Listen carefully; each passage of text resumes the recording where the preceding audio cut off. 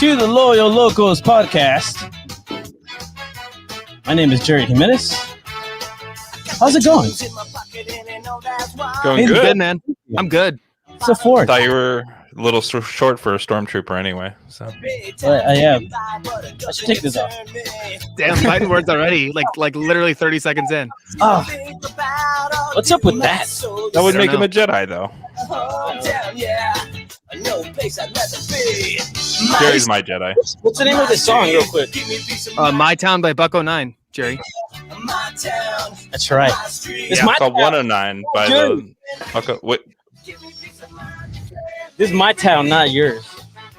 What? Oh, is it?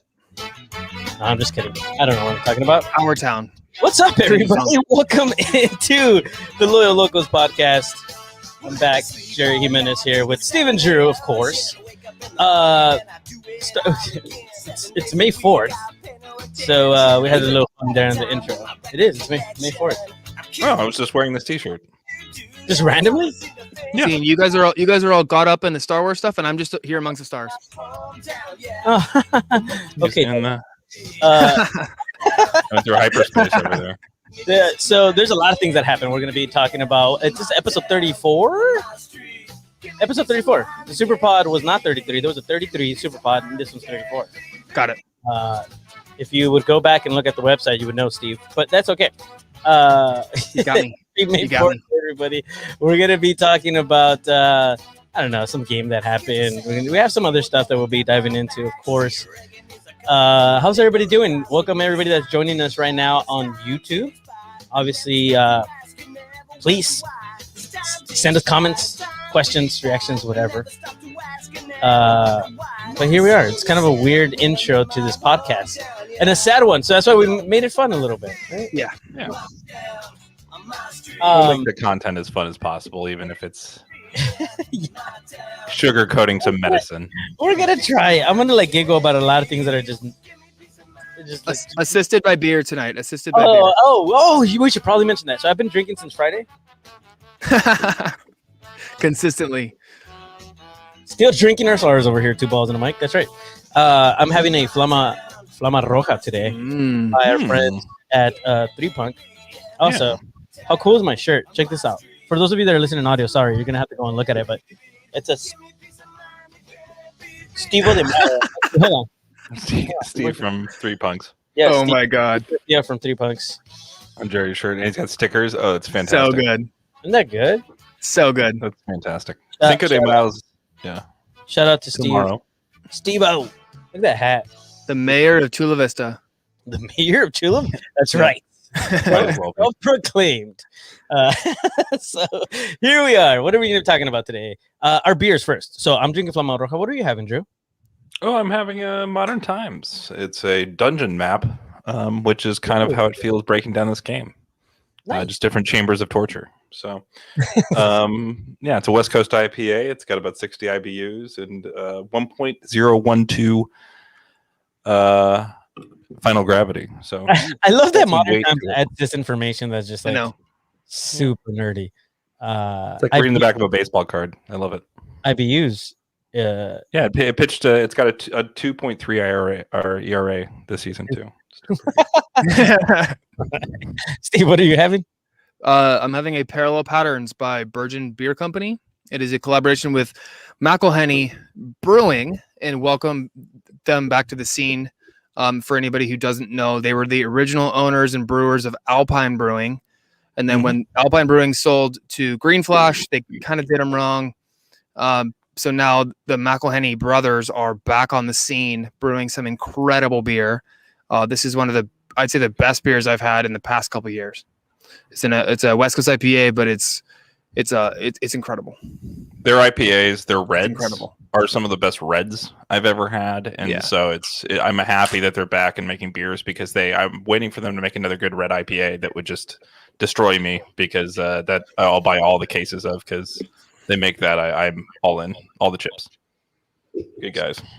Just before we get started, Steve, there's a little bit of an echo on your end. Oh no, slightly. We should be all right. Hey, welcome in. Sean Kelly is here. He said, I'm tuning in specifically to see if you guys can come up with a positive spin on Friday's result. I think I can only come up with one positive statistic all night if anyone can guess what it is. Talk about Star Wars. Yeah, that's why we started with Star Wars first. Yeah. Let's talk about fun stuff first. Beer, Star Wars. What? Already throwing some stats out here. Yeah, so we're gonna jump into this. Obviously, we're back, right? The team is back, I should say. It wasn't the greatest result, and we'll talk about it, of course, but we're back, and that in itself is a positive. So very excited to be back. And then we have another game coming up. So we'll be able to talk about that game coming up as well. Pretty excited. And then also, and so this is going to be kind of a long one because we do have a quick interview. Quick is about 20 minutes. An interview that I did with John over at USL Tactics, and he kind of breaks down the statistics side of what happened with San Diego Loyo and a couple of other things that are going to be cool. So, what do you guys say we just jump into it? Well, let's just do it. So we played Phoenix Rising going into this match. Rising not doing good in their preseason. We were doing pretty good near the end of it. Obviously didn't start out the preseason all that great, but ended it pretty well. And going into this game, I mean, there's only really one way to put it. It was a total ass kicking. We got our butts handed to us. Yep. And it wasn't just the scoreline, it was the way that we played. If you didn't know, the game ended in 4-1. All right. And it just was not the greatest to watch as a San Diego Loyo fan. No. Especially after 7 months off, right? So we haven't seen a game in 7 months. And we come back and we heard about games almost like a dispatch pigeon from the war front in the 1800s. And that was pretty much all the news we got up till now. And so it felt like, okay, we had a positive kind of mental vision of our club going into this, and it just got rocked completely to sleep. Within about 30 to 40 minutes opening the game, you could tell something was off. And then they hadn't scored until about, 30 minutes in? So 40 minutes in, I guess, actually. So it wasn't apparent right away with the scoreline, but it felt right away like we were chasing the ball. And you could tell about 10 minutes in. Steve, you actually got to go, man. I did. And we'll talk about that. I think we'll talk about that a little bit later, but we'll focus on the match right now. But I was about to disagree with you, and then you corrected yourself because about within the first 10 minutes, we looked really shaky passing that ball out of the back. And I don't want to get too deep into, the tactics of it, because I know Jerry's got a really dope interview with USL Tactics about that kind of stuff. But yeah, it wasn't good. Wasn't good. Jerry, you said it really well in one of our texts, and you said, is this what the club was hiding from us in preseason? And that's kind of a pretty well said, right? Like, I think that they were really cute and they were really idealistic in their tactics, and they came out saying, we're going to do all these things and this is all going to work out. And then Phoenix said, nah, that's not how you're not going to play that way here. You're going to play the way that we tell you to play out here. And that's exactly what happened. Right. Yeah, we came out and San Diego came in basically and said, we're going to play our game. And Phoenix was like, nah, Doc. Nah. Yeah. It was too cute. It was too negative. It was that word. Stop using that word cute. That was, I don't like that. Well, cute means it was good. I'm watching the hydration break right now at 29 minutes, and Jack Blake does not look cute. He looks sweaty. He looks like he's been chasing the ball for 30 minutes, like he's pissed off, and he's not having a great night. And it didn't get any better from there. But he does not look cute. I would say he looks splendiferous of different hydration there. Unfortunately, some from inside himself as well. And I'm looking at them taking water, look really composed, really relaxed. They're not kind of walking away from each other. They're staying collective. So it's just the body language, right? You could tell from the players. Apparently, Blake looks like Luke Skywalker being trained by Yoda, is what he's trying to say. Yes, exactly. So real quick, 4-1 scoreline. Seagulls. John Baquero comes in. John Baquero comes in, scores in the 39th. Santi Moore, I hate that guy. 55 in the 55th minute. Sorry, not 55. In the 55th minute. And then obviously Quinn in the 67th, and then Kevin Lambert in the 80th. our only goal, lone goal, comes from Ben Spencer. That is my positive of the game. What a nice goal. He gets a gold star. He does get a gold star. Means nothing. But. So I would say that in itself is a good thing. Totally. Sean, I don't think that's what you're talking about, but there you go. That's a positive. So, going into... And we talked about that last podcast. We said he's somebody to look at and say, if he's firing pretty well, we can be okay. And so that's a good thing for later in the year. And it is the first of many games, right? So that is not a positive that doesn't, as I said, mean anything. But I'm taking that as direct impact. He came on and he did well.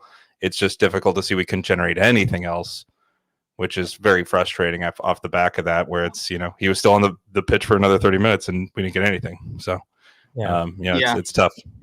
Yeah, I mean, my kind of overarching takeaway, not to dive in too deep, is I just think the system failed.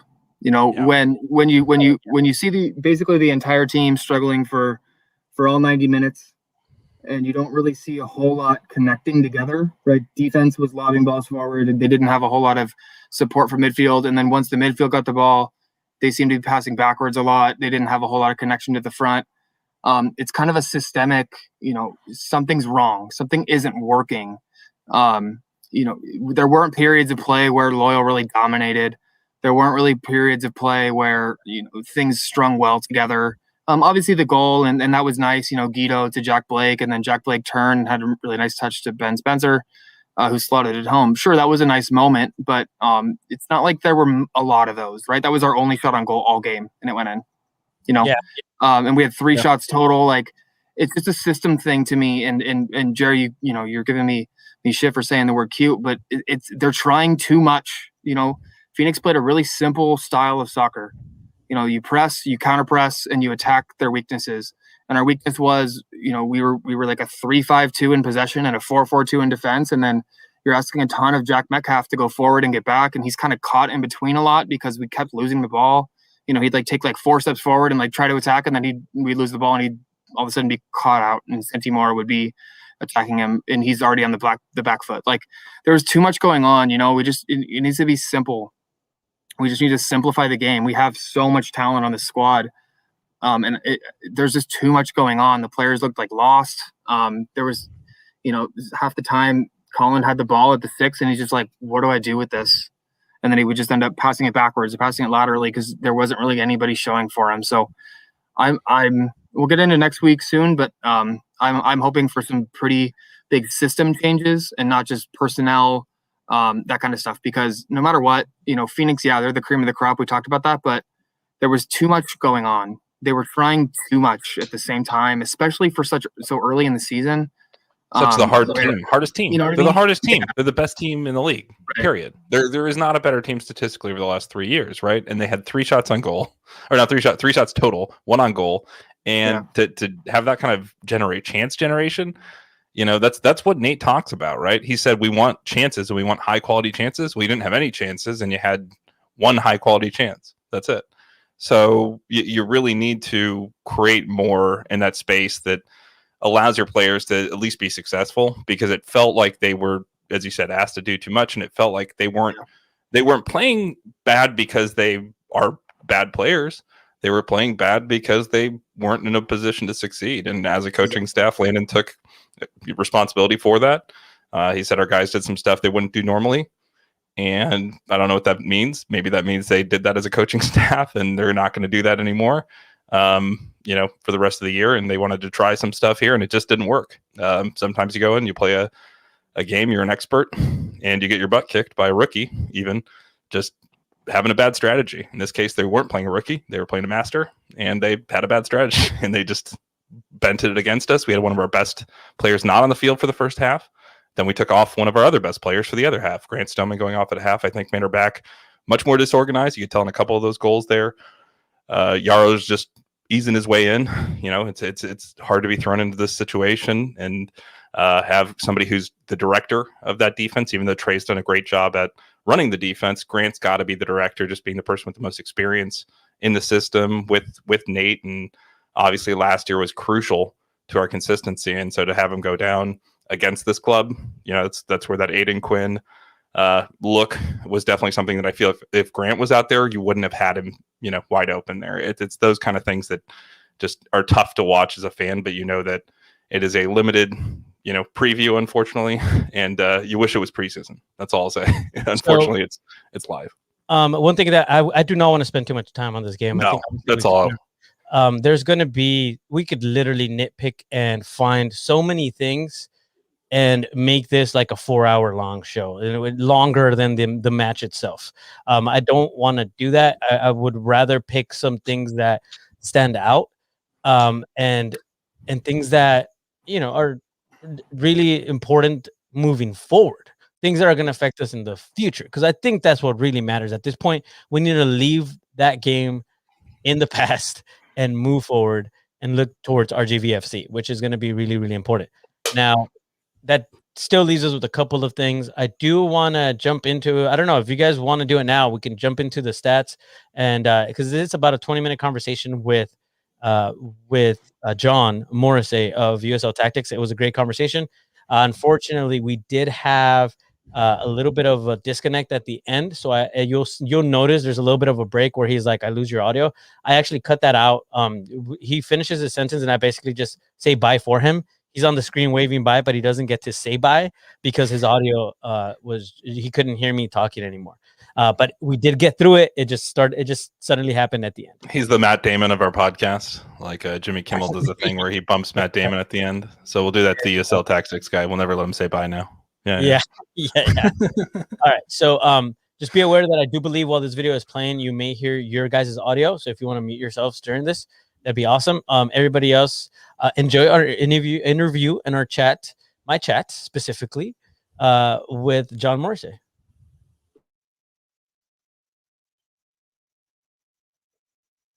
All right. Well, if you guys haven't heard of this man yet, he's joining us all the way from, I think, you're not in New York, right? Are you in Arizona still? Yeah, still in Arizona, back to New York in the fall at some point. Nice. Well, we'll get into that a little bit. You're traveling because you're not even from either of those places. But this is John Morrissey at USL Tactics. If you are not following him on Twitter, you have to do that now. By the end of this conversation, I'm sure you will be following him. He is dropping all sorts of knowledge on all of us when it comes to USL and teams. Now, we joke around on this podcast once in a while that stats don't matter, but that human aspect still. However, John makes it fun, and it makes us want to actually dive into the stats. So just to kind of get things going, John, this is the first time that you come on, hopefully not the last, of joining the Loyal Locals podcast. But give us a little bit of background for him. As we mentioned, you're going back to New York. You're studying at NYU, if I'm not mistaken, but you're in Phoenix right now. But where are you originally from, sir? Yeah, so Indianapolis native, born and raised there, lived there until I was 18, at which point hopped on over to New York.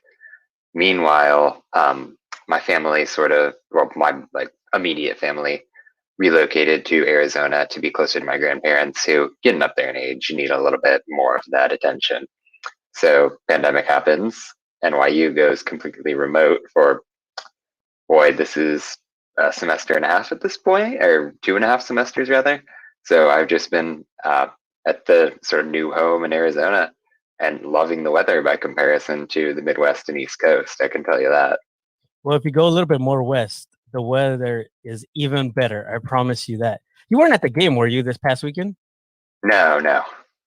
Okay, but you did see it, and we're going to jump into that, unfortunately, for a lot of us. And we'll get into it. It's one of those things as supporters, we don't like it when these sorts of things happen, but it's also probably a good thing that it happens right at the beginning of the season, right?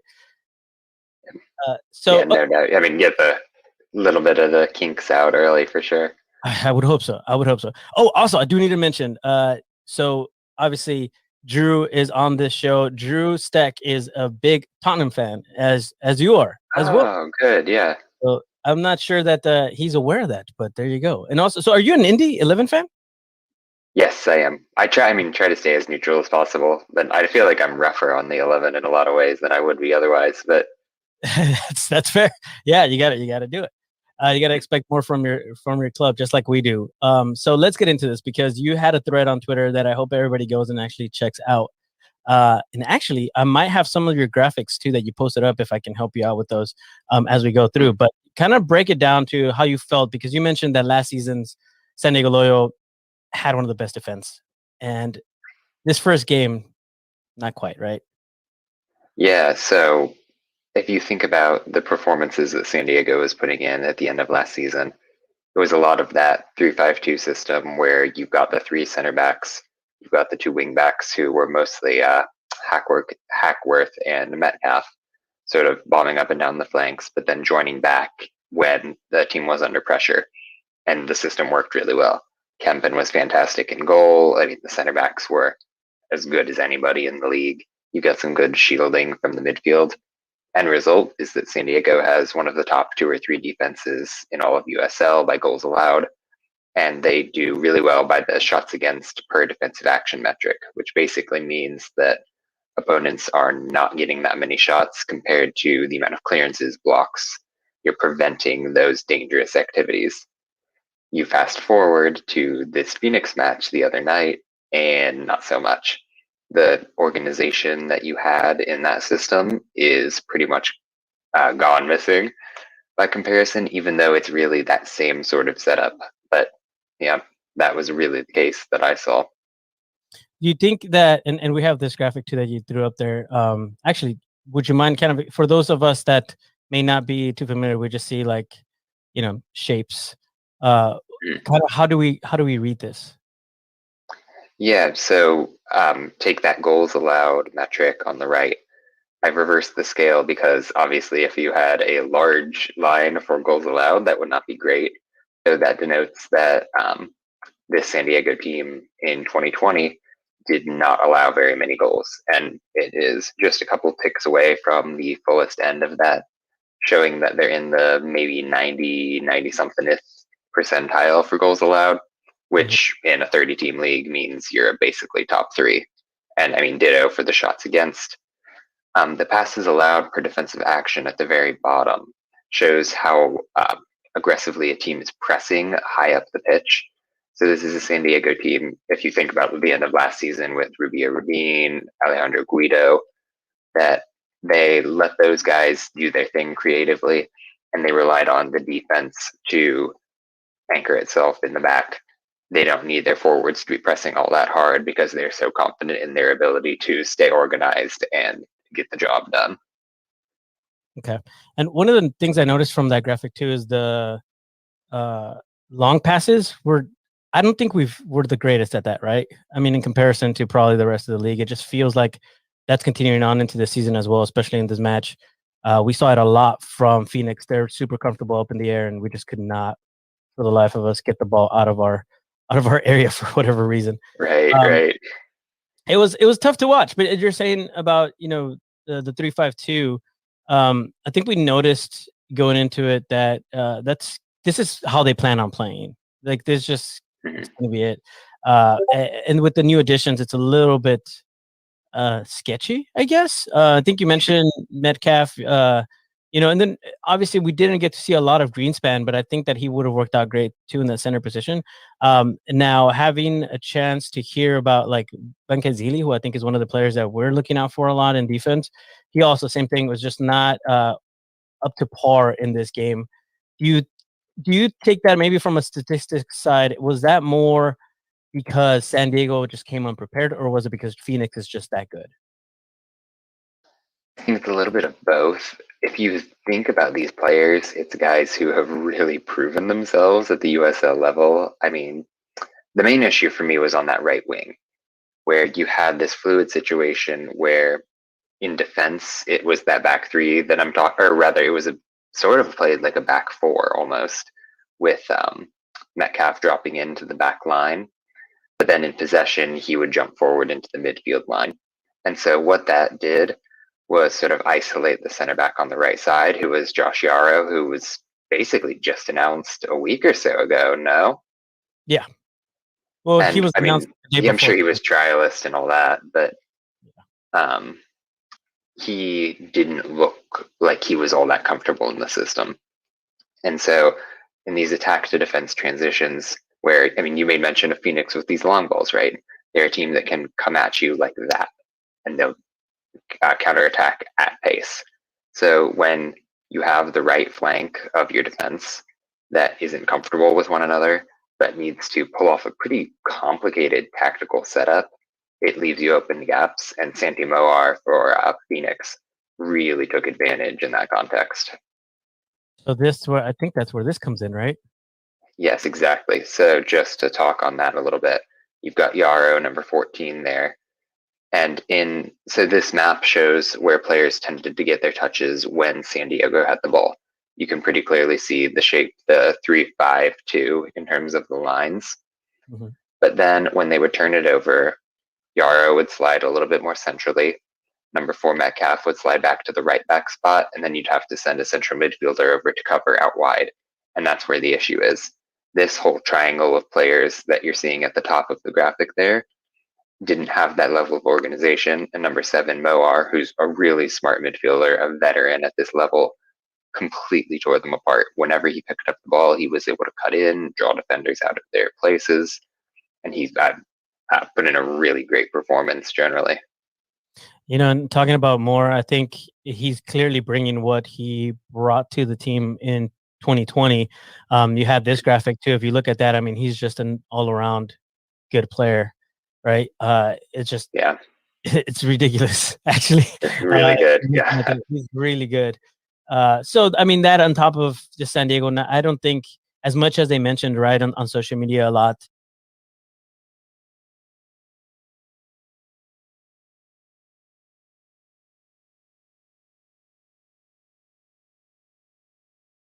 as the striker, who, I mean, he's an excellent physical presence, and he's something that if you're the more central players for San Diego, you have to pay him attention.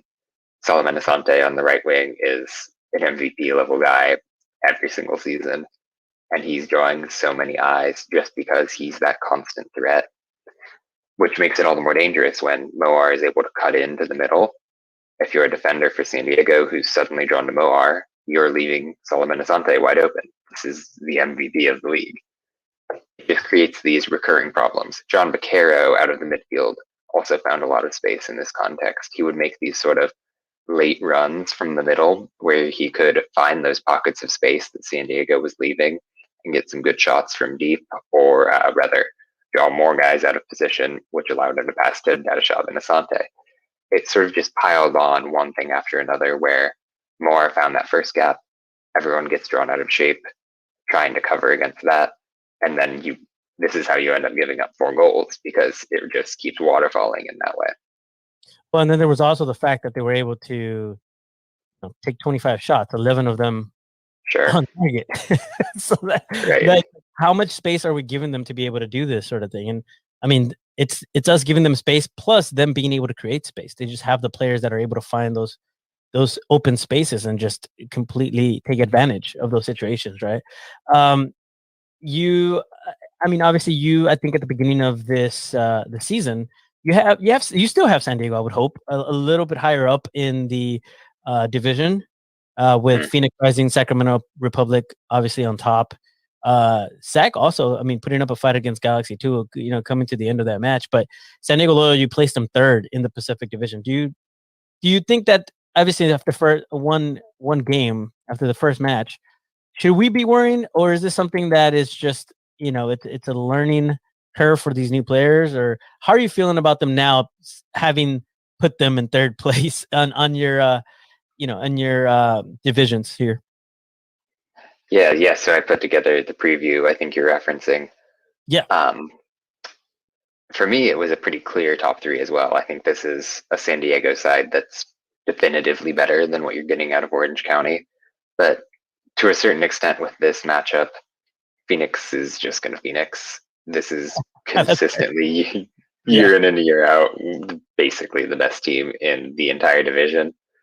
So yes, you're frustrated with the fact that you've lost 4-1 and really been dominated in the process. But the fact that the errors and the miscommunications are so glaring right away, and you know what you need to solve, you know where you need to work, is promising in a way. And the fact that the players who are making these mistakes have such a track record of being genuinely good at the USL level. I mean, Yarrow is a guy with MLS experience. If you think about Van Kayzev and Zele, I can never pronounce the name correctly. He's been fantastic for Pittsburgh for years, like all USL level for me. So if those are the guys that are making these errors, you think that they're going to be able to solve them. And I don't think I'm worried about San Diego at this point. If in a month from now you're seeing the same issues cropping up consistently, then maybe we have to have a discussion about the playoffs being questionable. But for me, this is still confidently one of the top 3 teams in the Pacific. You know, one of the things that we discussed earlier this season, once the schedule came out, was the fact that we do face off against Phoenix rather early in the season, and all 4 matches come kind of early for San Diego, which means that they do need to, figure this out, because beating Phoenix at least once, twice out of the 4 is going to be very important if we do want to compete for that top spot, or for the top spots just in general in the not just the division but the league. And so as we go into this, because I agree with you, the players that we have shown a lot more than this game. I don't think that this is a reflection on what an individual player is like and actually can perform. I think this is a team thing, and I think that when Landon actually came out and said, "Hey, this, I'll put this on me," I agreed wholeheartedly that something that could be fixed. What did you mean when you mentioned about you almost would like to see a simplified commitment to a pure 3-5-2? What do you mean by that? So when I discussed that transition, when you lose the ball and suddenly you go from that 3 at the back system to the 4 at the back system, it's almost a needless step where you're making the whole back line, the whole set of center backs shift over and adjust their positioning. And then you have to rely on Metcalf to get back. You have to rely on a central midfielder to slide out wide to cover against any overlapping runs that Phoenix is coming with.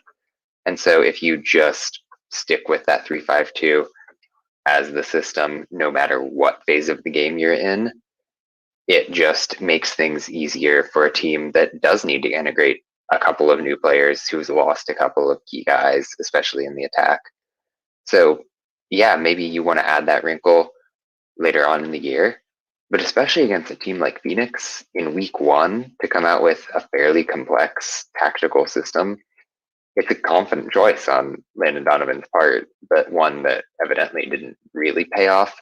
So maybe you come back to the whole idea of this shape-shifting defense later on, but I think you really try to bank some points early in the season and then see where that leaves you in terms of experimentation.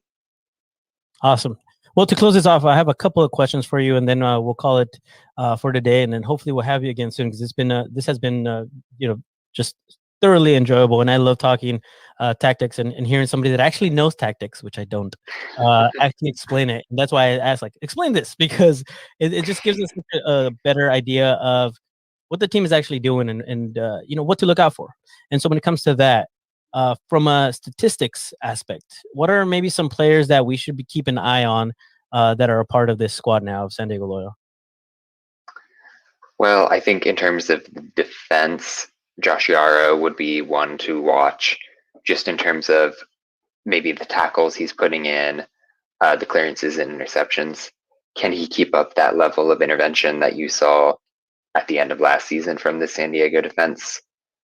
By the same token, I think in the central midfield, you want to see what Charlie Adams is doing in terms of his passing. If this is a team that, yeah, they're going to play some long passes and try to clear the ball, but they're also fairly committed to possession, and Adams is sort of the key to getting the ball from the back to the front, getting into the feet of a Corey Herzog or a Jack Blake who can really create. So looking at those passing numbers, looking at the forward passing percentage, how often is he moving the ball forward, or is he forced to just sort of cycle it at the back and not go anywhere with it? And then I think, yeah, it's the production of your Herzogs who need to come up with the goals, especially given that Rubin, who was an absolute delight to watch at the end of last season, isn't back. like the threat that he brings needs to come from somewhere, or this San Diego team really has a different aspect to it in terms of the danger that they're offering. So I think some of those types of numbers would be the things I'm looking for on a player by player level. Yeah, that's one of the things too that we'll probably discuss in more detail.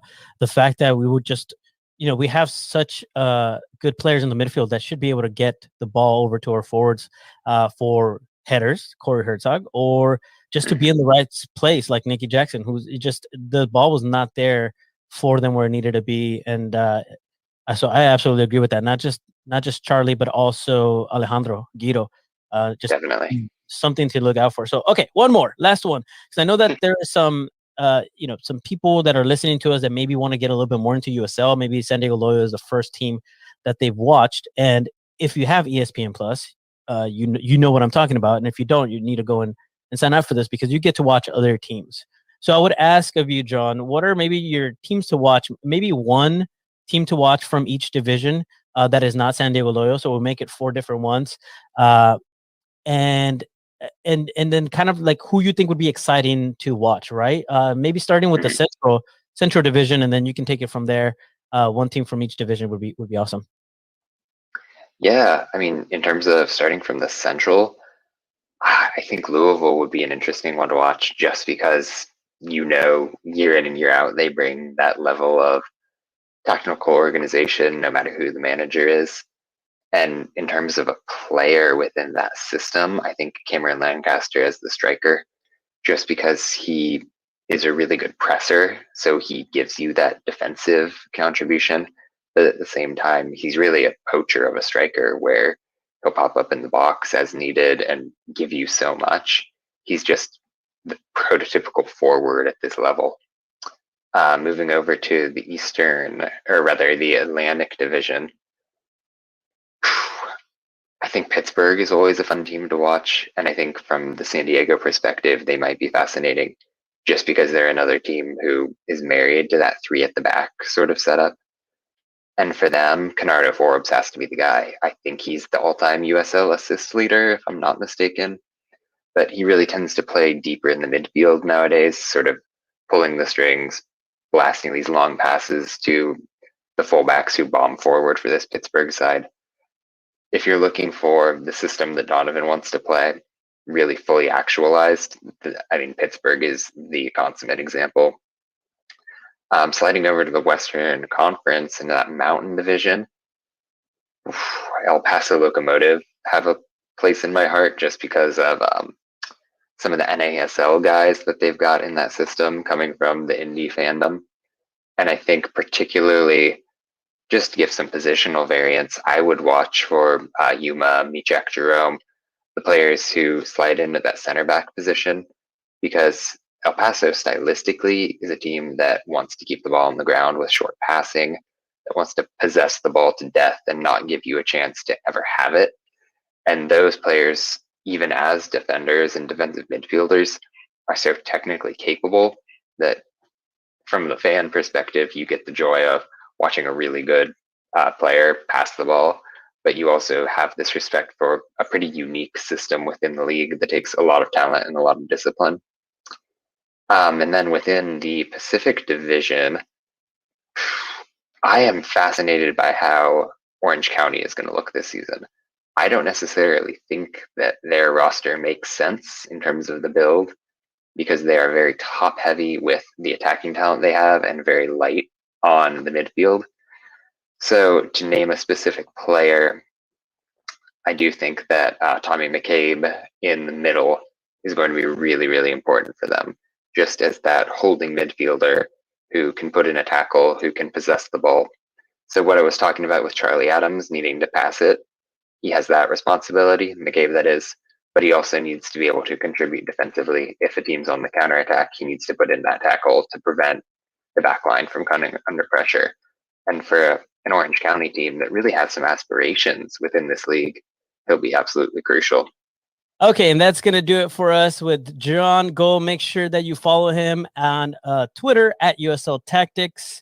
We'll have him in here shortly, hopefully soon. Thanks so much, John. We'll see you later. Bye. There you have it. How was that? Thanks to John, by the way, for coming on and joining me. We recorded that yesterday. Obviously, there's a little bit of audio issues there at the end and in the middle right now with the internet. That was weird. That was But he had fantastic, though. really good points. Really good points. And I think we all agree. We all agree in all the points that he made. And by the way, he still highly believes that after one game, and I think we all should. For us as supporters sometimes, and it's something that we need to talk about, is obviously it's difficult to get past a 4-1, which, by the way, 4-1 is the biggest loss in the very short history of our club. So it hurts, and we don't want to lose by 4 goals. But I mean, to Phoenix, it makes sense that it happened, and it just wasn't expecting it to be like that, and so he does say, obviously, don't worry about it. I would not. He's like, I'm not worried about it. I still think that they're going to be top 3, and that absolutely makes sense. It hadn't happened before, though. We played Phoenix so tightly. We did lose to Reno. It got out of hand, right? So if that was a club that came back and spanked us, now they don't exist anymore. But if they did, we wouldn't be super surprised, because I think it's in our lexicon to be like, hey, these guys killed us. Luckily, we took their best player when they folded. So that's the nice thing for us. But with Phoenix, we played them so well. The thought was, hey, we can play them pretty well again. And so I think that's where the surprise for me was. But to see it laid out makes sense. We were trying too hard.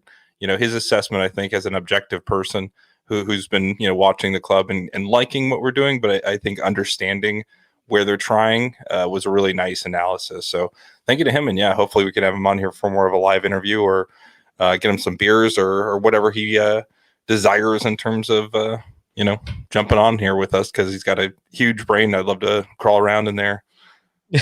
Ask some weird Drew questions. What about you, Steve?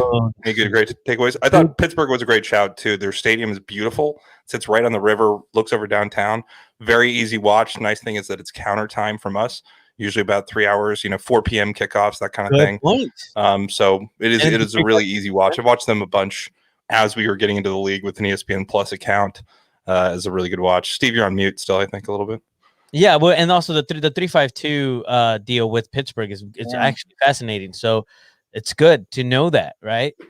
Steve, were you going to say something because you were on mute?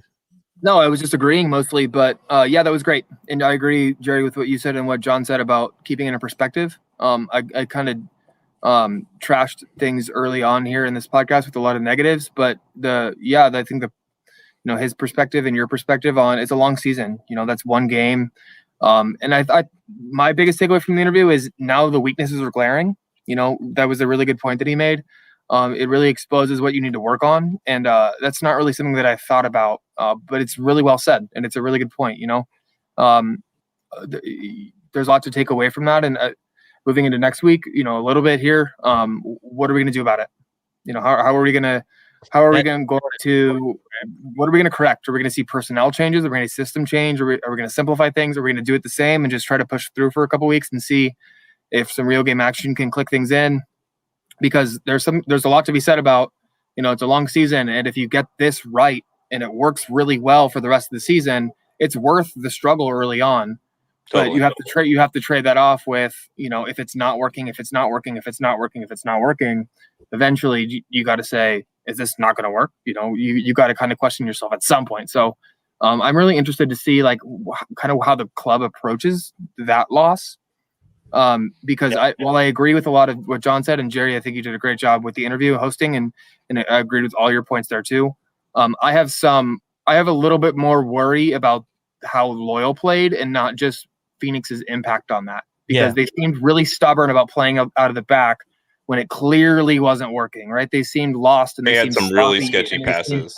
They seemed early on really bad under pressure, and they couldn't turn under pressure. And, some guy was on them and they would always lose the ball, and they were always, they almost always seemed late to 50-50 balls. Like, there were some things there that you can take away that's kind of irrespective of the opponent that worry me. And I think how the club reacts next week is going to tell me a lot about the self-reflection and the ability of Nate and Landon and the rest of the coaching staff to go in the film room and go, wow, we really messed that up. Let's fix that. Or if they're going to go, no, we were fine. And, blah, blah, blah, if kind of what their ethos is, right? Are they going to be stubborn, or are they going to really recognize, hey, we messed up a couple places. Let's fix this.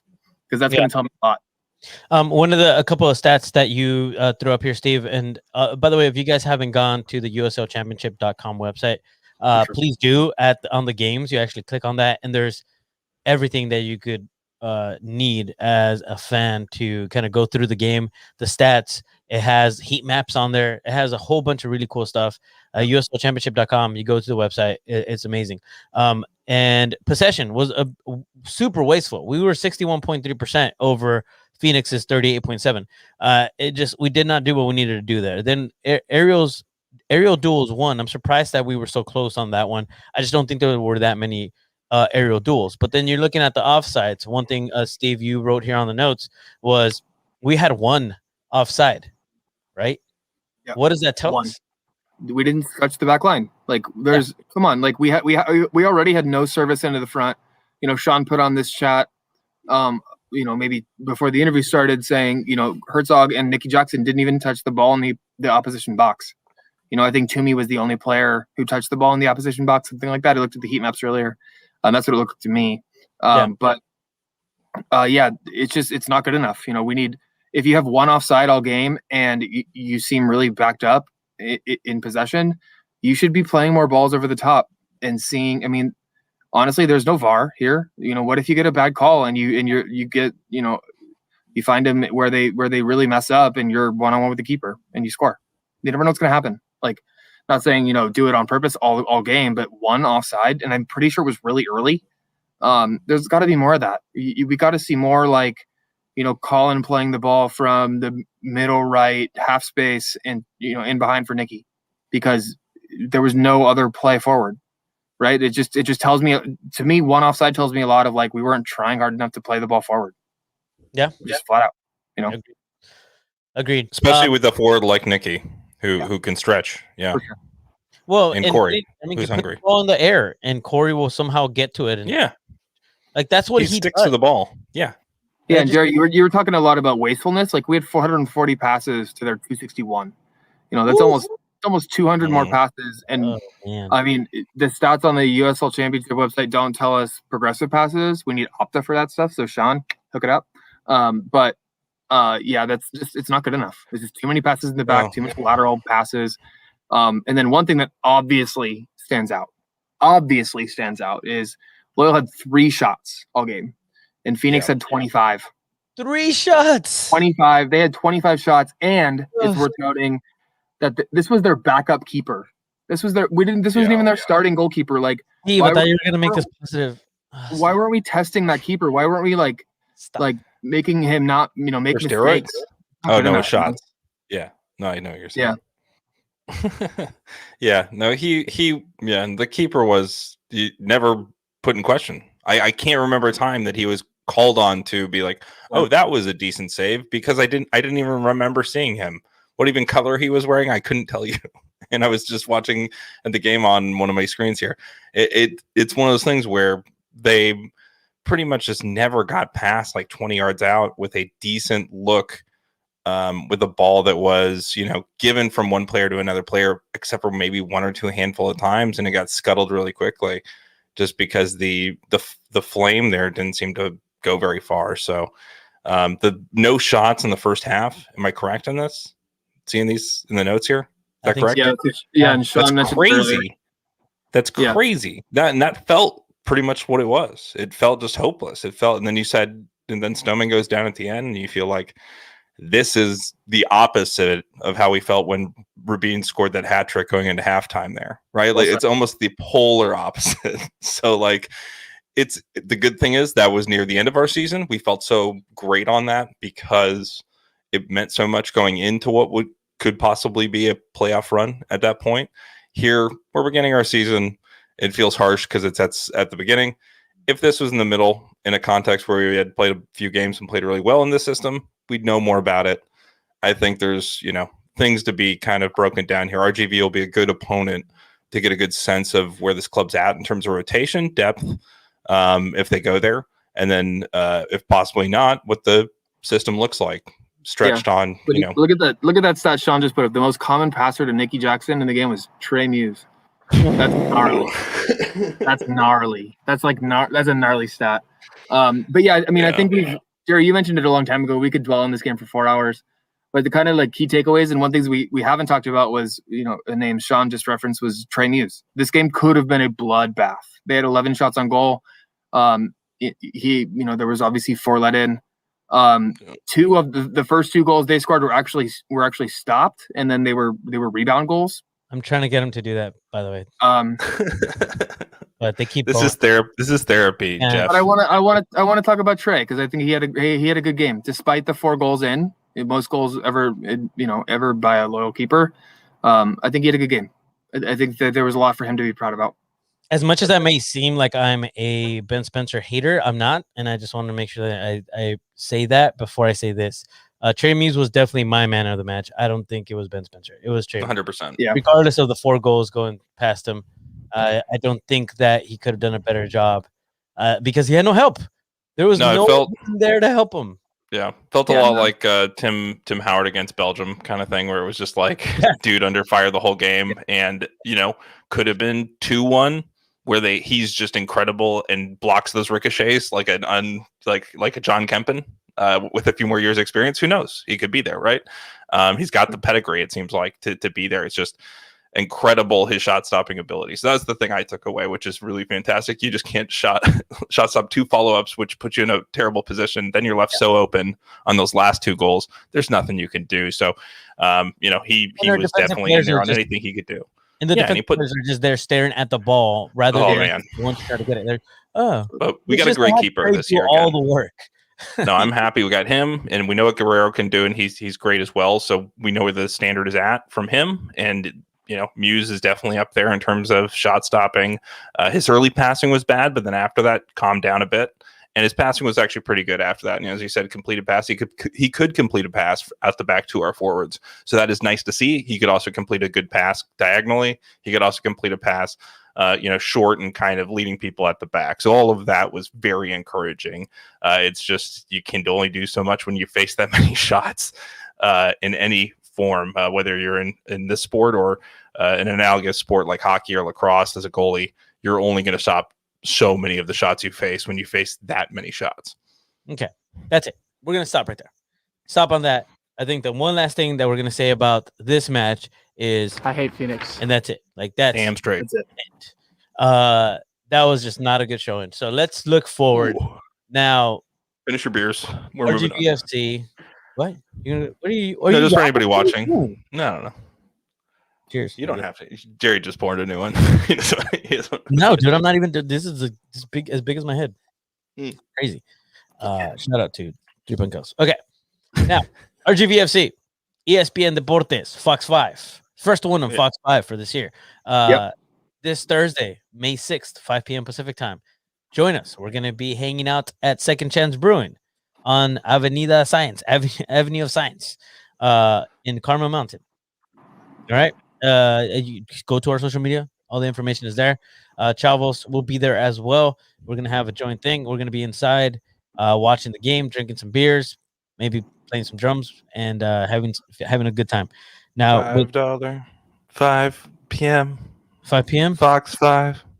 Oh, what? Yeah, 5. I don't know. I'm trying to come up with a jingle, but it's eerily copyrighted. Doing it live. Yeah, keep going.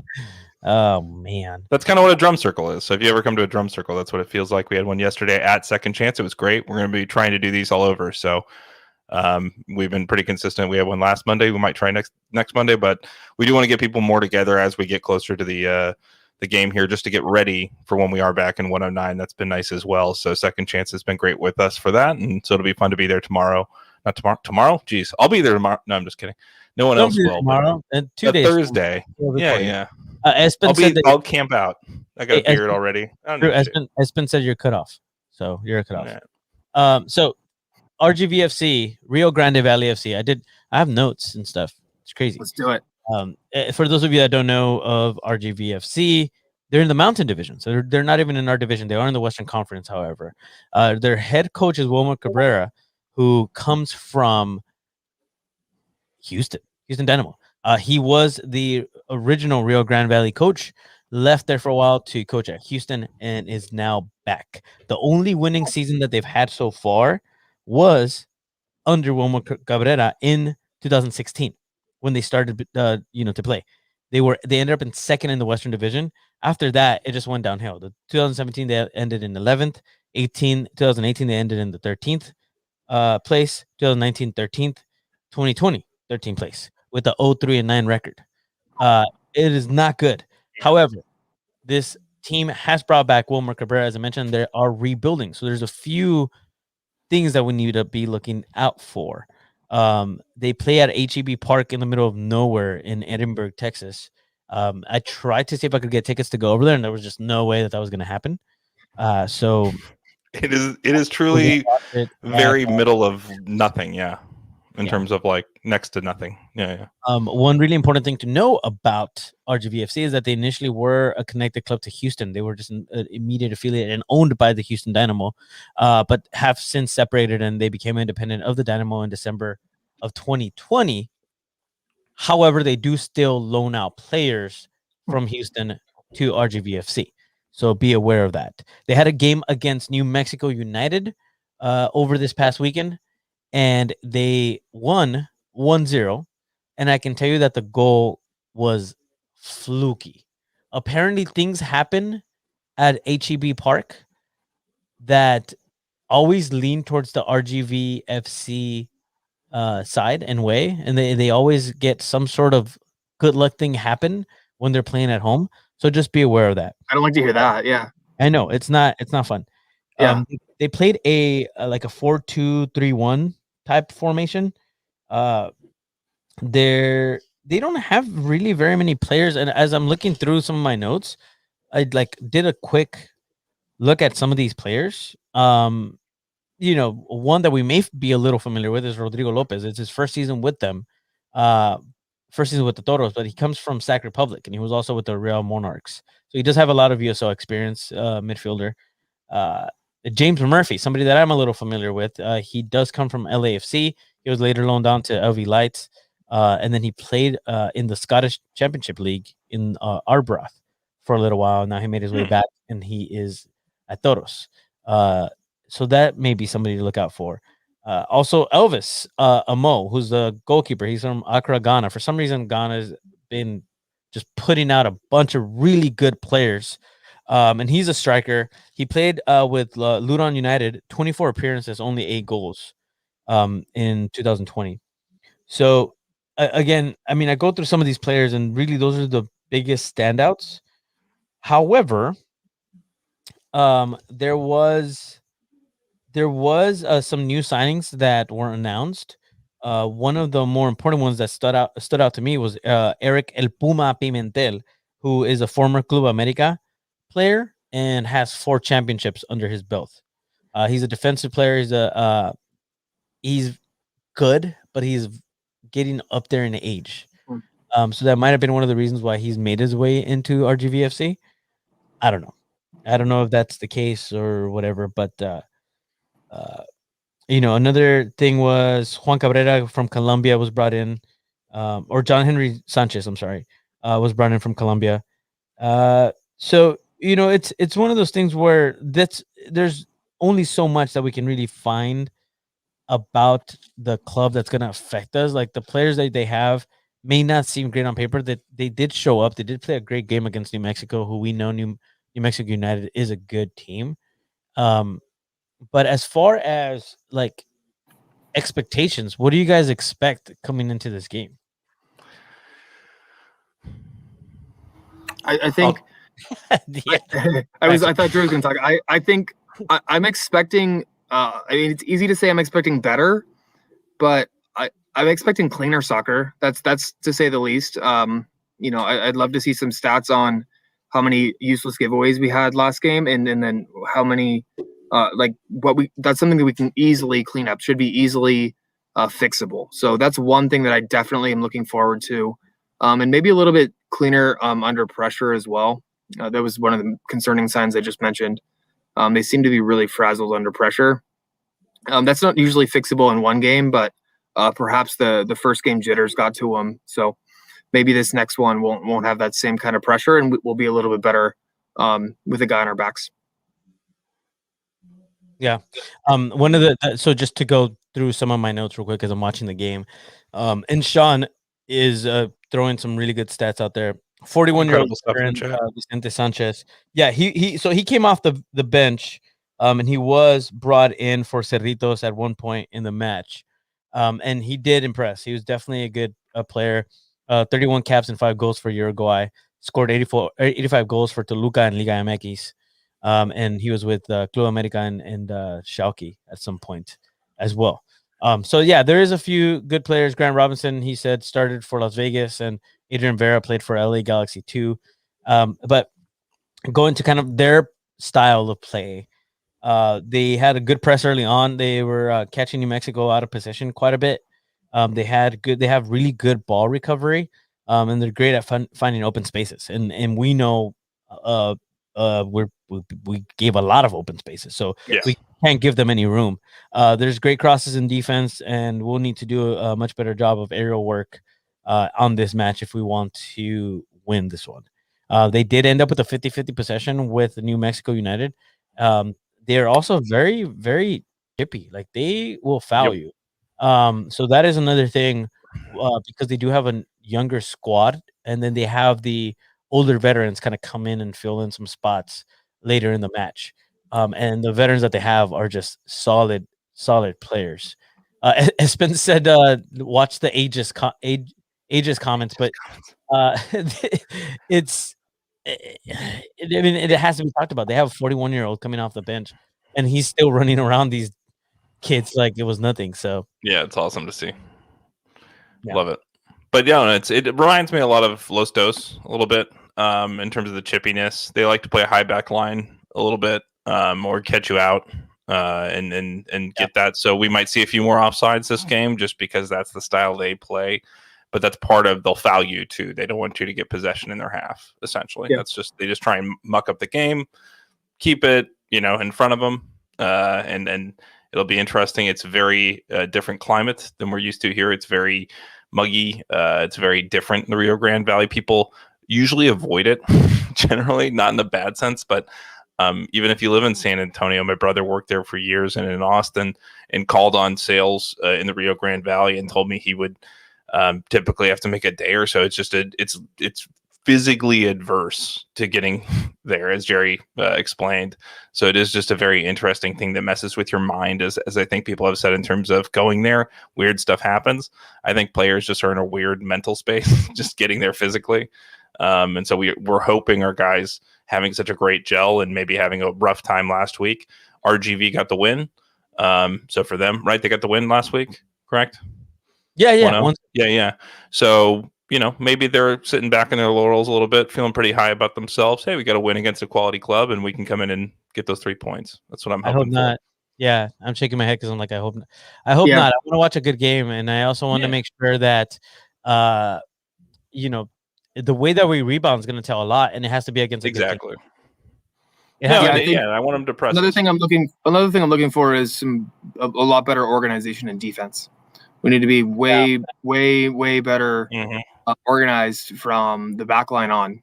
And something, I was watching the game with Darren and Jordan, and I think I'll still say a few words on being at the game, but I was watching the game with them, and something that they mentioned was how Kempen was organizing the back line. And I thought that was a really good point that Darren made when I was just watching the game with them was it's a new back line, but there was something about how Kempen could kind of have that presence, that veteran presence, with that raw goalkeeping ability to organize that back line. And while Trey has that, raw goalkeeping ability, he's young. He doesn't really have that other ability to see everything. Yeah, like, hey, you go here and you go there and watch this guy, and hey, shout to watch why your keepers get better as they get older. It's different. Yeah. So there's something to that. And I thought that was a really good point too. But that's something else I'm going to really be keeping an eye out for is how we play in defense. Yeah, especially if Grant isn't in. Yeah, I think that'll be interesting because he's that surrogate now, right? He's the veteran presence on that back line that's been in the system or been around. So if he's not playing, does TV step up, or is it Trey, or is it do they even play Carrero in this match to rotate, possibly? And they feel like he gives them strengths in the heat there, to press it up a little bit more or send balls a little deeper for Nicky Jackson if the line maybe can get caught out or things like that too. So it'll be interesting to see what the lineup is. I'm very curious to see what the coaching staff does because they took the loss, it seems like. So it's going to be on them to either rotate the players or put them in a position to succeed. Honestly, so I'm curious. Before we move on, and obviously this is a very, very, very early time to be talking about. Should we be worried? Yes, I'm fully aware. I think we're all aware that this is not the time to talk about that. However, it is a long season, and it is a bad start, and how we rebound from that will absolutely tell a lot about the squad. So we need to be looking out for this, and it has to be said that the injuries also that we hadn't heard about, right? Guido finally officially was said. Guido has been hurt, and now with Stoney, we'll see. How he's doing. We haven't heard anything official yet. We don't know how he's doing as of right now. So we can only do the best and see what happens. There is going to be some shifts. There has to be some changes in this starting 11. And if there isn't, then that means they had a very good conversation and something changed. So we'll see how that goes. I mean, even if it's just a change for Stoneman, I think that we should be in a good spot to beat our GVFC if the team that we know should be on the field shows up. So I agree. And the last point I'll make on the match, besides being there, was I commend Landon for coming out and doing the interview that he gave. He owned it. There were no excuses. He just said, you know what, it's my job to make sure the players should be ready to play, and they weren't. And I own that, and that's my responsibility, and I have no excuses. And I love that. That's accountability. That's recognizing that something was wrong, right? He didn't go up there and do coach speak. He didn't say, I think we played well, and the tides didn't turn our way tonight. And he really just gave us an honest assessment of the game, and he said, you know what, we didn't play well, and that's my fault. And I love that kind of stuff. That stuff really resonates with me. It's definitely better than we just needed to make more soccer plays. Yes. We really had the midfield where the ball just wasn't moving forward, and then the ball just wasn't hitting the back of the net. Unfortunately, our forwards, obviously, as you saw, there was a lot of movement, and then the defense. Did you guys see that? I posted that. It was so perfect. You should be a coach, man. You should be a coach. Got that down. It almost sounds like I know what I'm talking about. Right. But yeah, absolutely. I think, can we move on? Are you guys cool with that? Can we just kind of get into some local stuff? And look for RGVFC. I think it's going to be an exciting match. We do have a team that is pretty new also, but they showed up, they scored a goal. And I should say, the goal scored by Amo, I don't know how you say it, Amoh. It basically, he took a shot, it bounced off of the defender's leg, and the goalkeeper was caught out of place, and it just went over his head and into the back of the net. Like, it was one of those fluky goals, and to me, it's fluky. People were saying it was like such a great goal, but there's no way he meant to do that. Like, there's absolutely no way he meant to do that. So I don't know. It is what it is. We'll see what ends up happening with San Diego Loyo. Again, Thursday, May 6th, 5 p.m. Pacific time, ESPN Deportes, Fox 5. Now, for the locals, we have a watch party. We're going to be at Second Chance. Right. Please join us. I probably should have put the image up here. I'm failing today. No, you're good. It's all over the socials. Just check the socials. Check the socials. Check the if everybody who's watching this knows how to check social media, so check social media. That'll be fun and exciting. I saw a comment from Espen earlier. I am back in California right now, but I am flying back to Phoenix tomorrow. So I will not be in town for this one, but I will be back next week, and I will be back for the foreseeable future. So I got about one more week in the Phoenix desert, and then I think I'm back home for a good long while, and I will relish that for I promise you that. So I will not be there Thursday, it seems, but I will be there in spirit, and I have a little surprise for you guys that will make an appearance. So you'll see it there. No, you were late because of it, so I'm not even sure that I was on time. I just feel like no, you were late. Come on, dude. What did I tell you? You have to learn that saying. All right. I know. I just feel like this button has been pressed too much for Steve, and I'm gonna do it one more time. Whatever. All right. Love to hate me, Jerry. We're definitely gonna miss you, man. We're definitely gonna miss you. Yeah, we're just sad you won't be there. I hate Phoenix. But it was fun having you at the drum circle too. So it's good to have you here, and we hope we get more of this time with you as we go forward. I literally can't wait. And speaking of can't wait, the next thing on our list is the home opener. It seems like it is coming up real fast. 25 days away now, and that is going to be epic. So we mentioned a couple times that I was at that Phoenix match on Friday. And my God, it was wonderful to see the club play live. It was wonderful to be there. Don't get me wrong, but it made me miss you guys, you two, and it made me miss everybody watching and listening so much more. And it made me miss that March 7th match, that day when we all got our shining moment, right? When we all were able to go and wave flags and lose our voices and sing our songs. It made me miss that so much. So it was an incredible experience. It was awesome to be there, but it made me miss and look forward to the 25 days from now so much more. So I cannot wait. I literally can't wait for that to happen. Repeat all of that again, please. What? Repeat. I can't wait. I can't wait to be there. Like, I can't wait until we're back at the I can't wait. I literally can't wait until we're back at the stadium. Sorry, this as you're saying that, I was like, it's so it wasn't coming through. No, it was a cool experience. I will say that their stadium is it's kind of in the middle of nowhere, but that's the dream, right? It's a modular stadium. It's pretty nice. Without cactuses. Yeah, if we could have one without cactuses, I'd be good with that. Cacti. Yeah, for sure. But, no, but it looks fun. It looks so fun, and I think what you were saying is that you were just they were so shit at supporting. You're like, I want to do that here better, and with my people is what you're saying, because I couldn't even hear them on the broadcast. That's all I'm saying. We got to make sure that they can hear us all the way in Phoenix when we play on the 29th. And another just a big complaint, and we're not going to do this. We're going to stray away from nothing but AO chants. I swear, oh my god, American Outlaw chants, dude. We are bandidos, but every chant is American Outlaws. Yeah, I was so confused. I didn't. All right, it is what it is. Yeah, cool. What else do we have? Locals. These new Chavos chants too. Fantastic. So we got to come to a drum circle, guys. Oh my god, drum circle.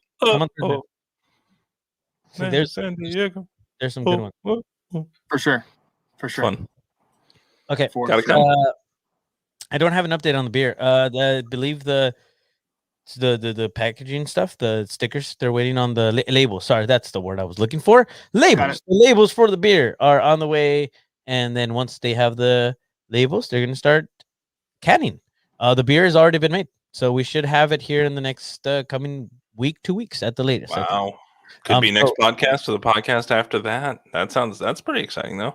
Yeah. So we might have some. It sounds like we're gonna have the locals beer, the 109 Pale, local Pale. It's going to be before our home match. So that's exciting. Fantastic. One also really exciting thing that I wanted to let everybody know about. Get hyped, guys. There's a song from a local band called Authentic Sellout. I've been talking to these guys on social media. They're awesome. They're a very good rock band, punk band. Nice. They're just they play really good music. So go and check them out. Authentic Sellout. Next week, one of the members is going to be joining us, and we're going to premiere a Loyal song, a song for San Diego Loyal called Loyal We Are. We're going to be the world premiere of the song Loyal We Are for Authentic Sellout. So go and follow them on social media, and we're going to have them on the show next Tuesday. So look forward to that. I'm excited. It's a really good song. I already heard it, and it's amazing. So you guys are all going to enjoy it. I know they were doing they're doing some stuff to it. So I got to hear the rough draft. I'm really looking forward to it and listening to the song. I think that's it. That's all we have. I mean, just be there on Thursday. What else can we talk about? That's what we need to do. We're back, you guys. We've been talking. It's been a long off season, and we started this podcast is we're back. We talked about a match today. We got a match in 2 days. 2 days away. Another match a week after that. Like, we're back in the swing of things, and we're back to the season that we always wanted, right? We're back to this. 25 days away from that home opener. This summer is going to be insane. Back-to-back weeks at Torero Stadium, losing our voices, losing our minds, singing for 90 minutes. It's time. We're ready. Like this, the preseason was a little bit hard with being able to watch our club or be there for our club, but that was the start of the season a couple of days ago, and we're right into the swing of things. Here we go. Yeah, let's go. Keep in mind that this is a long season. This is only game 1, and let's get these bad games out of the way, and let's learn from them. I think that's the biggest takeaway from this one, right? And to put a positive spin on it is win or lose. We what, Steve? We drink the brews. Everybody hugs Drew. Everybody hugs Drew. No, I don't think that's not. All right, thank you guys for hanging out with us. If you're here live with us, you can hang out. We might be here for a little bit after. If you're listening in audio, again, thank you guys for joining us. We'll see you again very, very soon. Bye. Vamos. Bye, guys.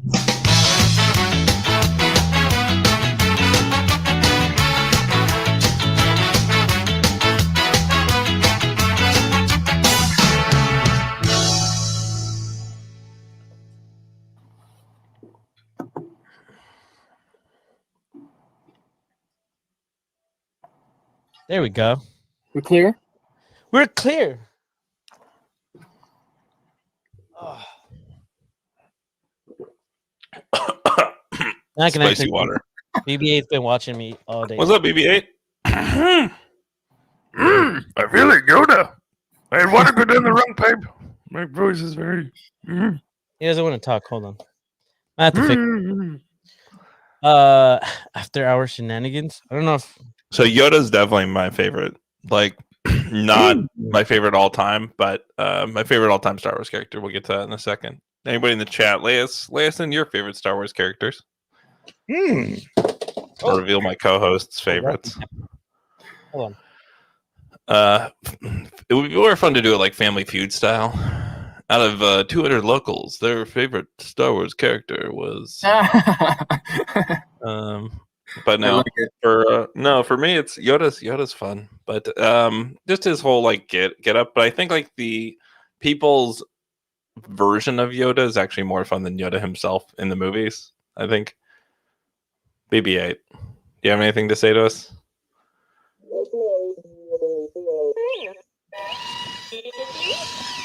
Okay. Whoa. Cool story. All right. Not about your mother's a hammer. Wow, yeah. That's me. Yeah. So for me, I don't know. I'll get to mine in a second. Jerry, who's your favorite? Since I was a kid, I always thought he was cool. I thought the way that he died, quote unquote, died was terrible. Oh, by the way, spoiler alert! If you haven't watched Star Wars, don't listen to this. Yeah, I think now I'm really excited about my favorite character because he's been my favorite character forever. It has to be Boba Fett, man. It has to be. I mean, look at how badass he is. This is even older Boba Fett. This is Mandalorian Boba Fett. This is like 50s Boba Fett. Bro. Yeah. What? Boomer Fett? Come on, dude. Like he's just I don't know. Space people age different, so he's just a badass dude. He's a Mandalorian. He's a man, DeLorean. Yeah. No, I've always liked the look of Boba Fett, and now we get to see more of him, so I'm really excited. Oh, dang, is there music playing? I don't even do. Like, I'm not even doing that. What the heck? Yeah, I think it just comes with the picture. I put the picture in there. I think the picture has the music. That's super weird. It's just a coincidence. Yeah. Just crazy how that works out. Actually, yeah, anybody, I mean, who's your favorite Star Wars character? Send us some comments right now. Yeah, come on. Steve, who's yours? I'm gonna have to go with Han Solo. I just like his attitude. Wow, what a loser. I just like his attitude. Sorry, come on, be a loser. No. No, this is Steve's energy towards Jerry. He just takes what he wants, and you know what? He's owned by no one. He's owned by no one, Jerry. Princess Leia would say otherwise, but okay. Well, not by the 7th movie. So. Oh, wow. Damn, that fool just straight. Wow. Yeah, wow, bro. Yeah. Sorry, I was just using my death sticks over here. No, my favorite would be Chewbacca. For sure. So I just have a love affair with this guy. You know, like he's my guy. This guy. You know, who wouldn't want to hug him? He's the best. But it's also because he has a whole history people don't know about. So his whole history is like Braveheart, but back on Kashyyyk, where he liberated his people from an oppressor, from an imperial, kind of colonial. Wait. Steve, now I understand why we're doing this. Drew just wants to give us Chewbacca story. So, okay, go ahead. Okay. Yeah, you played this in? For real, if you I know Kathleen Kennedy isn't the president, but whoever is running Lucasfilm at this point, whoever is the director of the, whoever at Disney's the corporate overlord, Filoni is, pretty much the guy at this point. So Filoni gave me $30 million, was go do whatever you want. I'd be like, Chewbacca, 100%. And what I want to do is do Chewbacca's Braveheart, essentially, but all with Wookiee voices and either subtitles or possibly no subtitles. I don't know. Be pretty good. There's whole scenes of Chewbacca. Just talking in Wookiee language. But that's messed up, dude. Why would you do that to me? I was like, when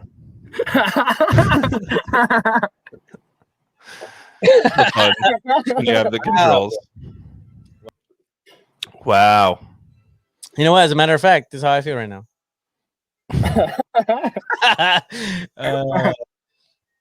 Do we have anybody? Well, let's see. Luke. Oh, come on, dude. Luke's a good one. Yeah. Yeah, for sure. Come on. Yeah, Luke's classic. Rest in peace, Porkins. Oh, yeah, if you guys haven't watched it, Jerry and I have referenced it a few times. The bad lip reading Star Wars music videos are. Dude, let's watch it right now. Some of the best. Yeah, let's watch it. This is the only thing that will make me feel better about about being 4-1 loss. Watch Yoda sing bad lip reading. Hold on, I can't even spoke, but let's do this. Oh, by the way, just finished watching Mortal Kombat, and if you're an old school Mortal Kombat lover like I am, you'll enjoy it. It was actually pretty cool. It was good. I enjoyed it. There was some things that were just we need to keep fighting. And I was like, that's Mortal Kombat, though. That's literally what Mortal Kombat is. It's just how do we create more combat? Speaking of yeah. I hate that. So back to I saw Nick's comment, Captain Rex, Clone Wars, and then obviously today's release of Bad Batch, which I have not watched yet, but I'm looking forward to watching. Jerry, I did just watch Clone Wars earlier this year, and I thought it was pretty cool. It was rad. So yeah. I'm looking forward to watching Bad Batch. Oh, hold on. No, don't play that. Damn. I play a lot of Battlefront too, as well. So it's really fun to play that and then watch Clone Wars because you can play as a clone and play through the battles from either that side or the droid side. Not that this is a show for we're watching our watch count just drop dramatically here at this point. Yeah. Nobody wants to watch this. Sorry, guys. Everybody's leaving now. It's fine. Listen, hold on. We're talking Star Wars. This is nerds. We're out of here. It's okay. We'll just wait. We keep talking about Star Wars. We're losing people that are local, or we're gonna. We need a Twitch stream. I think that's the problem here. We're on YouTube. We need to be on Twitch if we're gonna start. Yeah. Here we go. What? Yeah. If you couldn't tell, our background was the Millennium Falcon the whole time. Because Steve is Han Solo and Chewbacca. I hate Brenda, and a bad guy hit me in the shin, and I peed all on my pants. Music can't help. Rockin', rollin', down to the beat, but the seagulls poking my head, not fun. I said, seagulls, stop it now. Oh, it's so ridiculous. Next minute. Nick Minute, we're watching these videos. Beach. Said seagulls gonna come. Poke me in the Poke me in the coconut. Poke me in the coconut. Can we make a tifo that says "Poke me in the coconut"?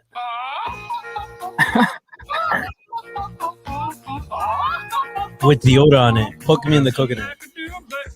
When these birds attacked me, when I tried to run, I fell, and then these kids started laughing, and then got hit in the neck with a hacky sack. We've all been on the beach with seagulls before. I can be a backpack by you. Run, jump, and stop. Put me down. I love to groove and boogie. Yeah. Great. Show you some dance moves. No, I don't want you to. If I had your giant feet out there on the beach, I'd run those birds. You're like a wiener. Grab my Oh, genius. All right, that's enough of that. Go Wow. and watch for yourselves. Seagulls. They're actually the one that's more. It's underrated. It's not watched as much, but the Oh, so good. the one that's got the ultimate weapon. What's the other one?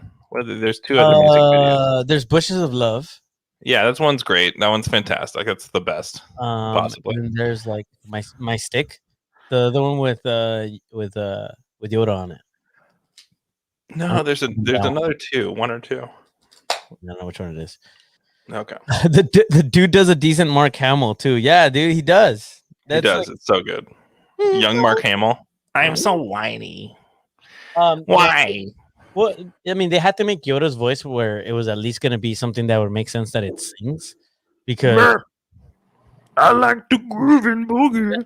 I think I can do a good Yoda, but I don't think that it's deep enough. Seagull's gonna come. Have you ever heard my Yoda before? No, let's do it. Oh, well, what should I say? Yoda's. Yeah. You should say, I don't know, something. Say owned by no one. Oh, how would you say? How would Yoda say it? He would have to say something like, be like, Owned by no one. We are. it's a little bit higher than it needs to be, but I'm almost there. That's really good. I got a good Kermit the Frog. So it's Frank Oz. It's the same voice guy.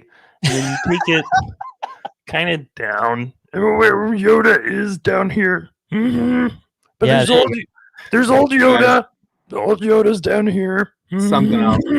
He's got a congestion problem because he lives on Dagobah. I think There's always something in the air. you're closer to it. Yeah, I just can't. I can't quite. Well, get also, it. I've got like a sickness. Not really. No, because I got my vaccine. Yeah, But no, I've got like a weird like throat thing tonight. So it's like I've definitely got more of that like old Yoda where it's like We are owned. yeah, this is a good one. I like it. Seagull's gonna come. Puck man by no one. We are owned. No, it's By no one, we are owned. Owned. Owned. By no one, we are owned. it has to be like a. Owned loyal. No one. We are. What's that, Travis? I don't know. We're just having fun, guys. Thank you guys for hanging out with us. By the way, Get him a beer. yeah. Drew, Drew. Steve is out. We're just gonna remove him. Yeah, No, he didn't want to do Yoda for us. We're gonna watch him. Let's call this play by play. He's in the stars. Fast. He went out of the ship. He thought we parked in. He thought he's in a cave, but it's actually a giant. He's in the throat of a Yeah, you know what? Here's the giant thing. worm.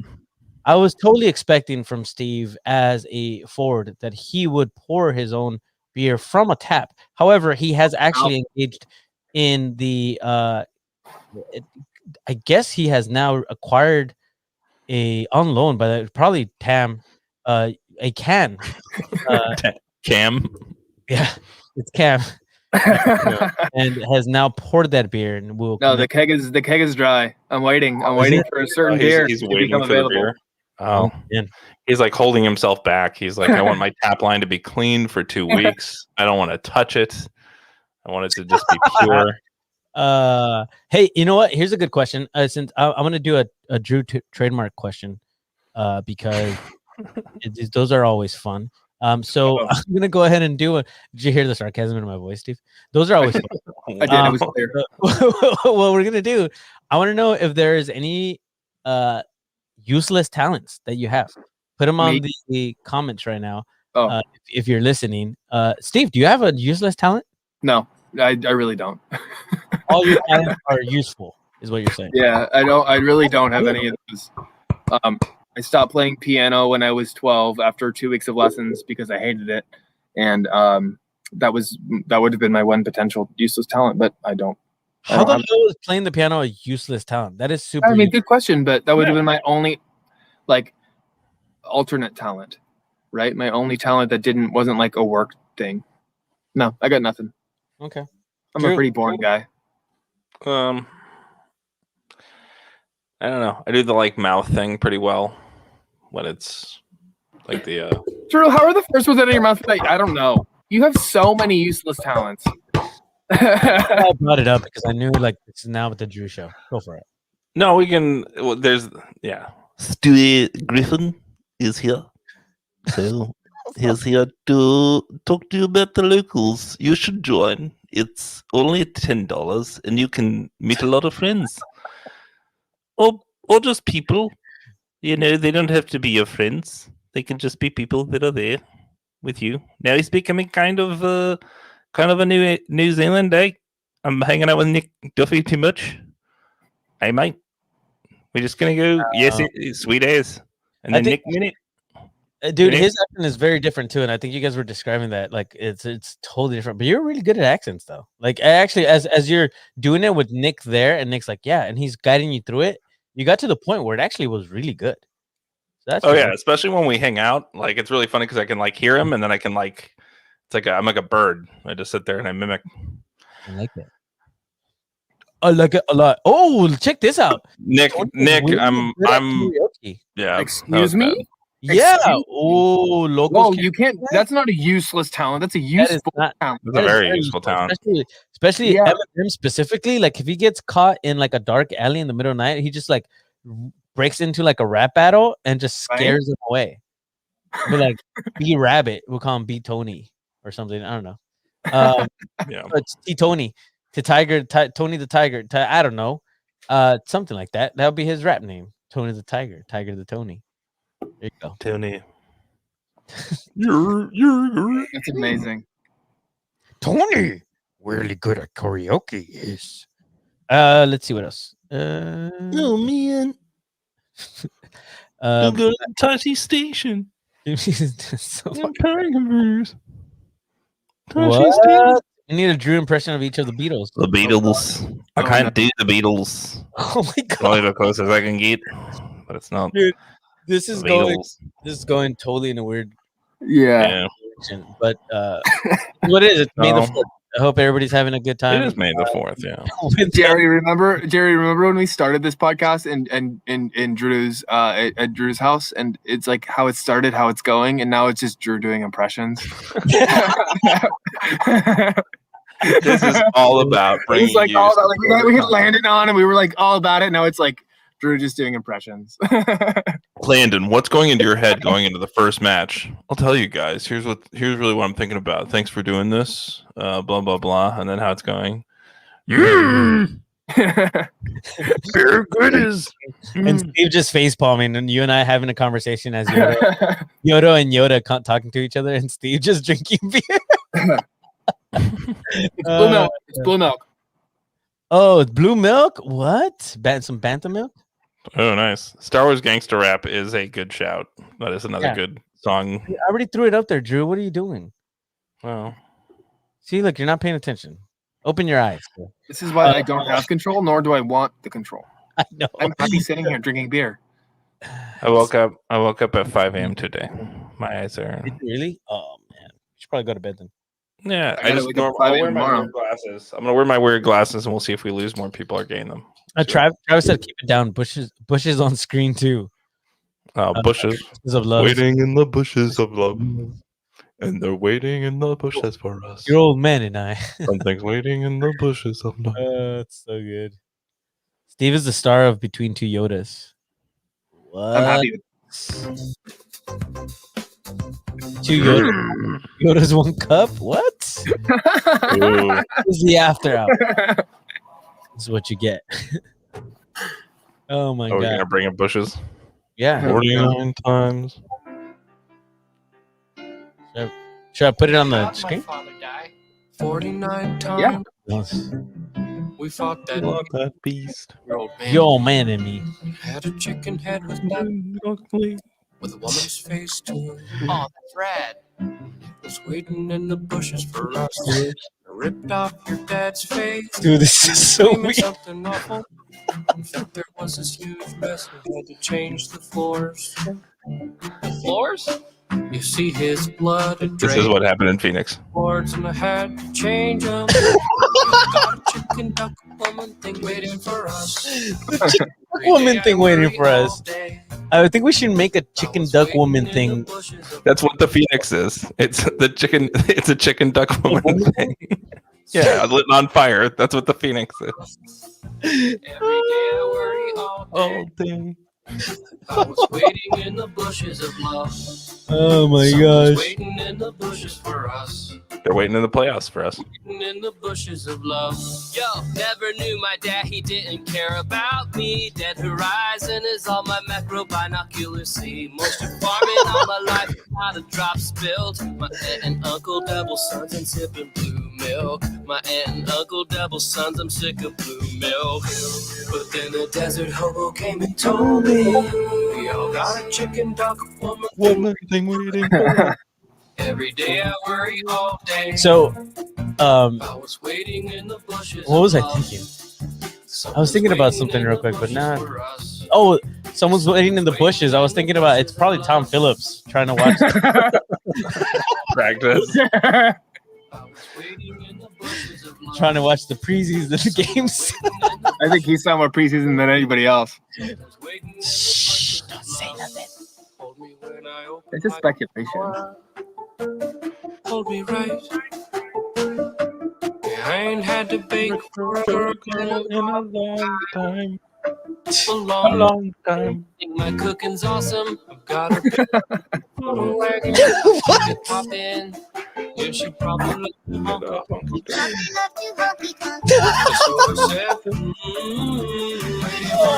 Dude, it's so good. This hook. I used to ride across the desert. I mean, waiting for me around the corner. Oh no, waiting for us. oh no. Across the desert, you know, I used to glide on my speed. Fine anymore. Crispy bodies by the door. No. Why? 49 times. It was 49 times. God, now man. it might be waiting for you. Could be hiding behind that scrap pile. It's just a big cow. I know you really want someone to hold you. We all got a chicken duck woman thing waiting for us. Yeah, every day I worry all day. All right. I was waiting. I feel like that's a good time to like close this off, unless you guys want to keep going. I got nothing else to do. No vibes. Every day I worry all day. Screen cap. Something's waiting in the bushes of love. Something's waiting in the bushes for us. Something's waiting in the bushes of love. To ride across the desert, I know. I can't match Drew. I can't. You must be there and know. Something's waiting in the bushes for us. Bushes of love. I mean, Waiting in the bushes for us. if you tell somebody like, "Oh, have you heard that song called Bushes of Love?" Not a good intro to this. Okay, Bono. Bono. These are my yellow light glasses, orange light glasses. Blue light, blue light. They keep the orange light. They block the blue light. Dude, I swear you, as the night goes, you just start getting sleepy and sleepy and sleepy. Yeah, I'm like a countdown like timer to midnight. I'll just slowly, like once we get closer to midnight, find a pillow. Doesn't matter. I could be on nothingness. I could be in the middle of a gymnasium and I'll just find a pillow and just closer I get to midnight. Oh, do you guys want? I don't know if anybody else is here that would matter, but do you want to hear like part of the song that we're gonna premiere? Part of it? I don't know if I can. It's up to you, man. It's your discretion with this artist. I've never heard it before. Here, I would say let's not. Okay. Yeah, I would use their. Hey, Steve being smart. Let's not. Let's let the guest be the guest and premiere it with him. Yeah, for sure. No, that's Steve. Keep talking. But I'm sorry. But how about this? I'm not dressed appropriately for that. I need to. This one. We can play this one. There. Yeah, keep getting those Spotify plays up. Whoop. There we go. No, he's taking. No, I don't like that. I like this. You don't like this one where we look like we're on ESPN? No, stop saying it. Right there. So it's the worst format. No one likes that. Again, everybody likes this. No one likes this. This is terrible. This is horrible. Also, we're not drinking game. Every time you guys change the camera, we all have to drink. Oh, don't do. Drew's just gonna be like. This is maple syrup. This isn't even. Everybody's fucked up now. Look at this. What's happening?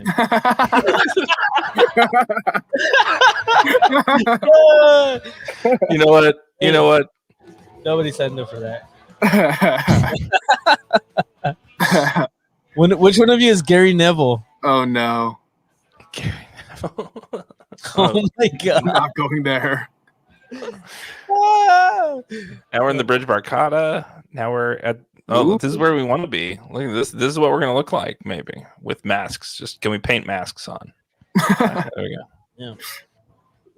So thank you guys for hanging out. Those that are here. Yeah. This is like our time that we get to kind of relax a little bit afterwards and just be ourselves, be silly. During the week, we're working pretty hard on this support group. Yeah. In the future, if we ever do this in person, like live and stuff, like the hope is that if there's cameras and stuff, like people like can come and sit down and be like, "Hey, random person who's hanging out, like come sit down, hang out." Like it'll be more of a social kind of hangout with everybody's watching and hanging out. So it's great to have you guys here. How many people are on right now? 10. 10. Yes.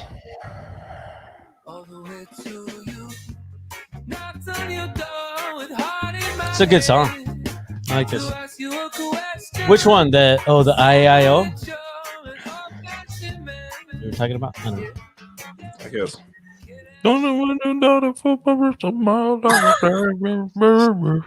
There's something else. That was overplayed. That was way overplayed. True. That song. That's for you, dude. I don't know why it's for you. That's true. I'm saving it for the paywall. Save it for the paywall. You guys want to see Drew singing? Send her for a Patreon and OnlyFans. You want to know more about me? My favorite berry? Huh. If you want to have a texting service with Drew, sign up as a member and then just text me in Discord openly and I'll probably respond.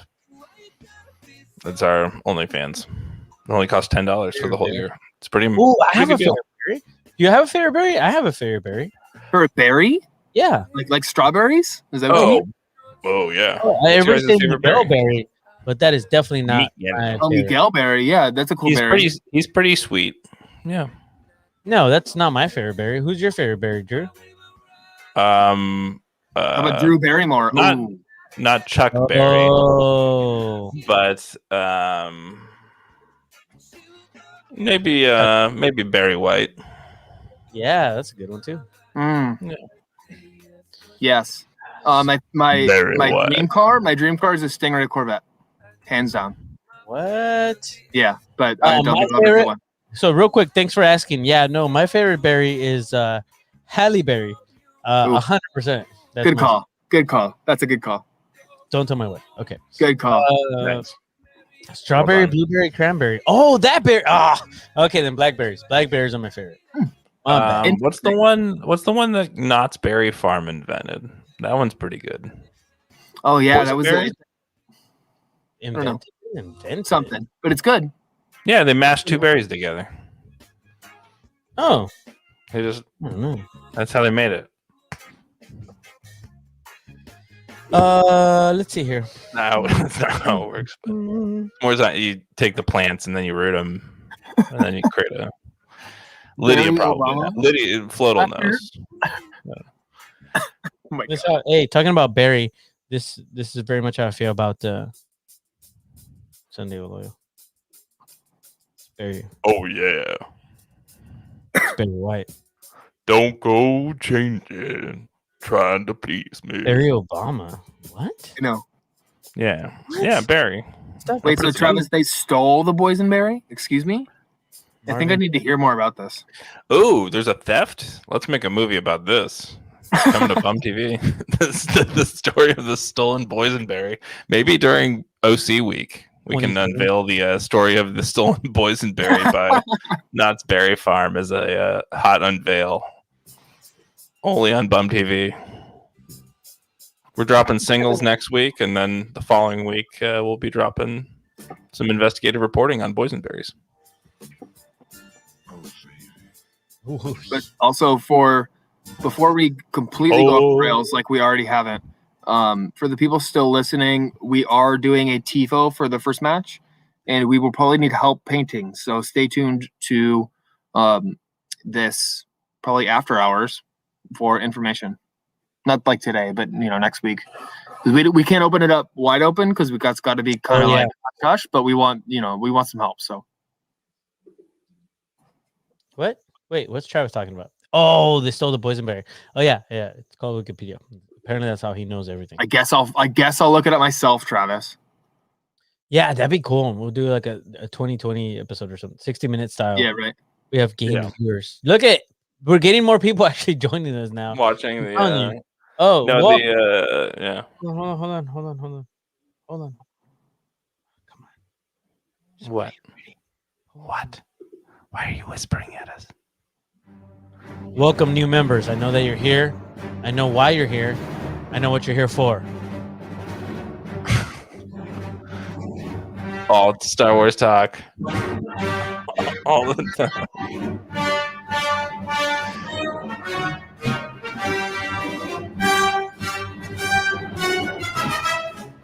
What's your favorite moon of Endor? You're welcome.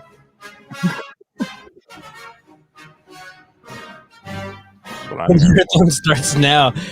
Hey, Nick, man, I've been drinking this Friday. I'm just gonna drink my way all the way through Thursday. Let's do it. Nick Minute. Dude, we're totally gonna get hit with copyright things on YouTube. Oh, yeah, they're gonna take down this episode real quick. Yeah, it's fine. It's fine. This is why we gotta move the post show to a different link, but it's fine. People, the podcast will live. They have like audio minds. Yeah. Well, they can hear other videos inside of our video. Yeah, for real. Wow. Oh yeah, it's not that hard to do there's audio. bots running a scan on us right now. Yeah, there's that's not 5 different bots. Oh, this is such a good question. Yes, Drew, you have to start this one off, dude. I got favorite Star Wars planet is. I know I was thinking of that when I said, "What's your favorite moon of Endor?" And then Nick Duffy being inside my head. Oh, what's your favorite Star Wars? My voice isn't there right now. Sorry, Nick. I'm not gonna embarrass myself again. The favorite Star Wars planet, Kashyyyk, the Wookiees. Oh, what? Nice. That's right. I didn't say. I don't know if it's. I guess Camino, right? For me, it has to be. Yeah. Yeah. Makes sense. Steve? Mustafar is a good one. Mustafar, where the the episode 3, the lava bulk of episode 3. lava Planet. Yeah.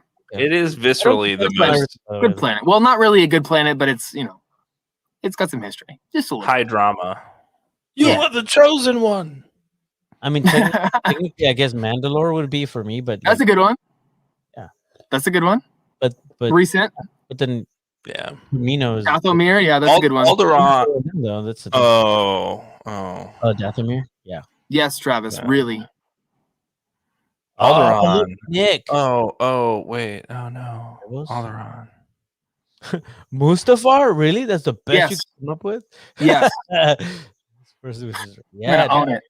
Rancors are the shit. Rancors are awesome. Camino, the people on Camino are the coolest with the weird necks. We'll take you to the birthing pods. Come with us, Obi-Wan Kenobi. I was waiting for somebody to do this. Everybody's Alderaan. It was. Oh wait, this What's is the the. actual- how many voices were silenced? It's A lot. Thousands of voices were silent, or something like that. I don't know. Yeah. Whatever. Millions of voices Is went out it in an millions of instant. voices? I felt something in the Millions. force. Millions of voices Like went out in an suddenly- instant, Jerry. Yeah, there you go. Millions. Oh no, what are you doing? Oh, I'm putting up the. Can you hear? Can you Oh, hear it's it? not a moon? No. No. Can't hear it, dude. Oh man, Oh, Inception. it's a mirror. Hoth? Mirror. Yo, Hoth sucks. We Hoth said favorite blows. planets. Why Yeah. would we ever? Why would we even bring up Hoth? Hoth is Kashyyyk cool. is lush. It offered a home Beautiful. planet, and then sorry kids, we're after hours, and this is definitely getting taken down. But the fucking droids showed up. Everything went to hell, and then Mhm. Order 66 was like, Corellia, that's a good one. Yeah. Yeah, but there's like It's hard. It's hard to remember them all, right? There's so yeah, many. Tatooine. Tatooine is awesome. Yeah, badass. Coruscant. so much happens on Tatooine. Yeah, so nobody it's like mentioned even if Coruscant. Tatooine's desolate and lame, like Coruscant's still my favorite. Bespin. I can get into Tatooine. Bestman, yeah. Yeah, we'll just keep naming stuff. Naboo. Come on, let's go. Who else? Naboo's maybe my second favorite, even though Gungans are the worst. Gungans but- are the damn words. I hate them. God, just You don't said go in the Jar Jar water. Binks. Gnosis? Yeah, that's another one, right? Yeah, it's Always a bigger fish. Castle Spice. Spice bitches. Indoor? Of course, you would say indoor paw. Do you have? Yeah, I you do have want a yourself- pet You have Ewok. yourself a little Ewok. I don't at believe home. in genetic I haven't even- splicing. haven't I yet. don't believe in like splicing animals together. But if you could breed Ewoks, I would be very interested. I would have to talk to my financial people and see how much money I could put into buying an actual Ewok. If I had the means and the space to have an Ewok, you'd probably need like a small forest to keep one properly. So I mean, it's more so the land than it is the actual Ewok. But not that I've thought about any of this. I'm gonna get some people to go into like a really deep hole, except for probably Two Balls. This is probably the only people that will understand what I'm about to say. When I was growing up, I had a favorite wrestler. They used to fight in AAA, which is the Asociación de Lucha. I don't even remember what it is. But it basically is wrestling, and they had a wrestler. One of my favorite wrestlers was Tinieblas, and he had a little like mini fighter, and a little person fighter, I guess it would be the politically correct word to use, and he was called Aluche, and that guy, I always swore after watching Star Wars that he was an Ewok, but he wasn't. He was his own little thing. And if you look up Aluche right now, you'll probably understand what I'm talking about. As a kid, like to me, they just looked exactly the same. But it was literally a little person in a suit, and he would fight, and he looked like a little fighting Ewok. So in case you guys didn't know, there is an actual Ewok luchador. So Nice. That's awesome. Because you Yeah. can do the leaps and like jumps and stuff, probably. dude, he was a beast, bro. Yeah, you could just flip off. And like a lot of the moves they did where they're like running through the forest is like totally luchador moves. Makes total sense. Yeah, he did get his ass beat so much, but yeah, see, look, he doesn't. Yeah, he did get his ass beat a lot, but he was so much fun to watch. Yeah, So, but that's stuntman. That's what stuntmen do. Like that's literally like the whole trade. yeah, dude. Perfect. I love those. I love those stories from Star Wars where it's like some tie to some person that's like in it, and then like then when you go back and watch it, you think about it and you're like, because like the life behind the Ewoks is what made them so cool. It was like they weren't just CGI. Like they had this whole like almost like lifelike quality, especially as a kid, that you're like, this comes across as real, even though it's a movie. Versus other movies where you could tell that's a puppet or it's not real. There's a sense of mysticism where you just like suspend belief, but the Ewoks and certain things, the Jawas, in certain ways that like it's felt like, oh, in any other way this would just be a costume, but it felt real. Dude, look at this guy. So these are the two wrestlers. So this is less than his son, and that's a lucha. Like, come on, dude, that's a damn Ewok, bro. Right? No? Okay, that's it. Dohili. So the thing that I saw Mark Hamill from Ewoks tweet the other day, which was great, was like, so when Princess Leia had that dress from the Ewoks, right? She didn't bring it with her. The Ewoks gave it to her. How did they get that dress? How did they get a human woman-sized dress? They ate a human. They had to have, or capture one at some point. How else did they get the woman dress? They ate a woman. All right. Apparently, they didn't sew it overnight, did they? Did they have seamstresses? They never show that scene. Jerry.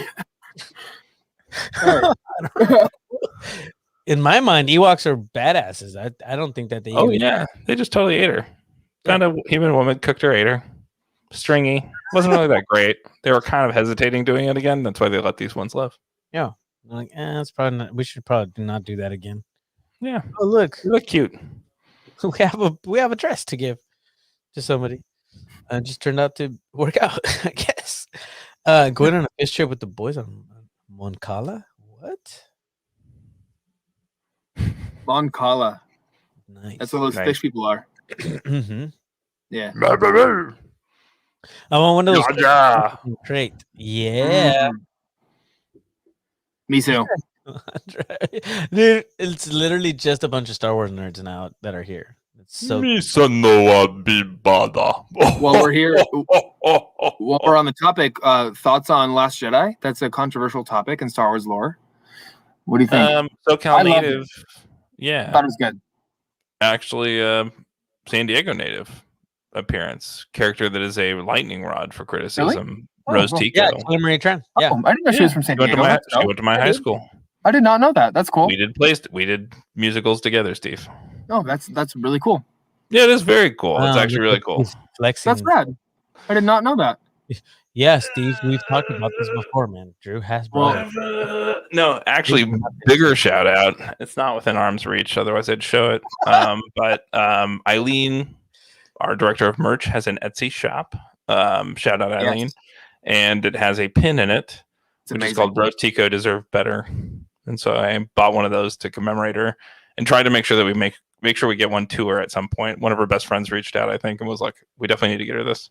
So we're hoping we get her one at some point. We'll see if that shows up anywhere, but pretty cool from Eileen. And yeah, I've always thought that was kind of a fun connection with San Diego, is having her in there. But yeah, I always loved the Last Jedi. I thought it was good.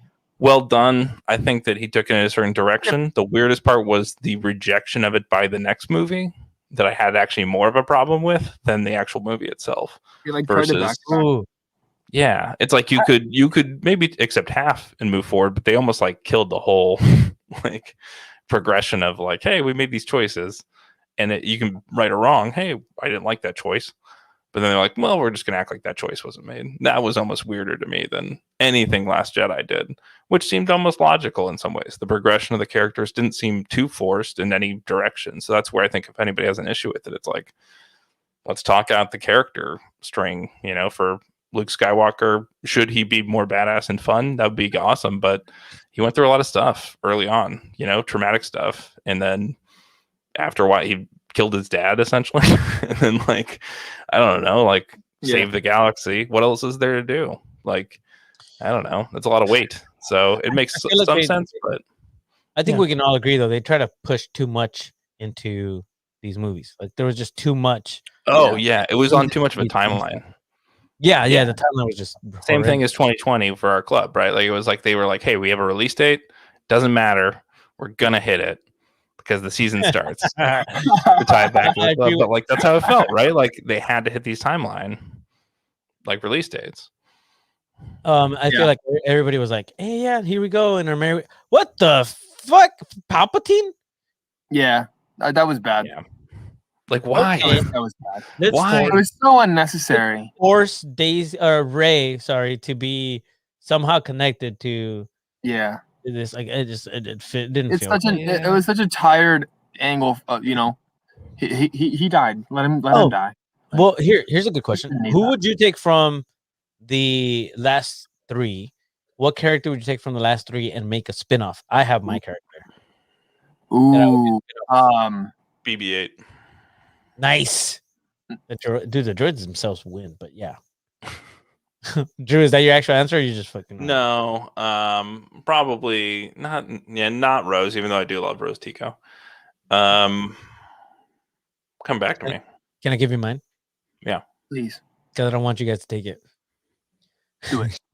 Captain Phasma. Ooh, yeah, 100%. That's a good shout. That'd be dope. I could totally watch her like a prequel, like a pre-story. Yeah, that'd be sick. I want to know how she got so sick. badass. Like her saving Private Ryan. Yeah, exactly. Dude, yeah. I mean, and by the way, like, just Gwendolyn Christie is amazing. She's the best. I could just watch her in anything. Yeah, she's amazing. I wish she got more Thrones.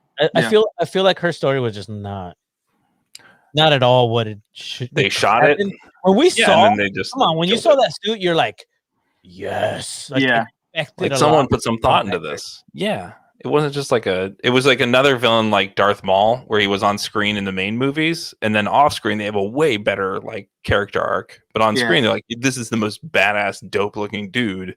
And then they give him like 3 lines, and like all 3 movies that he was in are to the movie. It's like I want to see more from like what happened post Solo, the Solo movie. You know, with Darth Maul's character and whatever the God, I can't remember her name, but they did a really good job with that movie, I think. And there's a lot more to be told with the story that movie left off with. You know.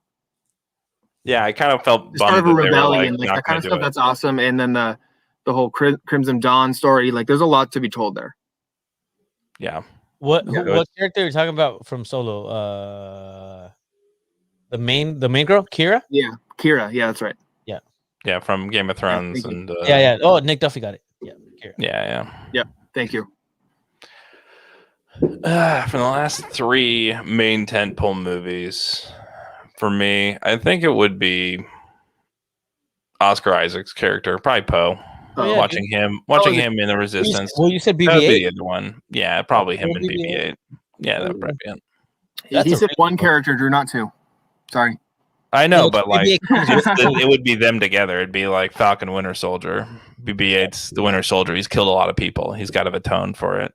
You know, he's got a dark past. He comes through all charming, like me, because his voice is high, but I'm a murderer. Like, you don't know. This is like talking. Jesus, people, read a book. This is like talking Star Wars with babies. Travis, we're not as old as you. We don't read books anymore. Travis, what random character on the starship? I mean, I guess actually, Laura Dern's character is pretty cool too. Like, what's her whole deal? You know, I want to go back and figure that out. You want to do my impression of Travis real quick? Just keep waiting. Captain, whatever her name is. Be good. Admiral Akbar is also top 5 for me for talking Star Wars characters just generally all time. I would love to see Admiral Akbar's like whole come up, be like, what's going on with the fish people, the calamari, like what's their whole. This is Travis. What's their deal? Yeah, I'm waiting. That's not you. That's hi. I don't have a big book like you do. Travis. Don't you guys read a book? Hold on. This is my Star Wars dictionary. Let's see what we can find here. Star Wars dictionary. Actually, this smells really Corona here on the table. You're saying it smells like bantha fodder? So this was gifted to me. This is like a Webster's New International Dictionary. Never read it. I don't need to. I know words. Yeah, nobody reads dictionary. I know words. I read the encyclopedia once. That was actually educational. There you go. The what's your favorite Star Wars video game? on that point. I brought one up on the podcast. But I don't play video games, so there's my. You never played them? Like X-Wing TIE Fighter? Nope. Uh, Dude, Star Fox.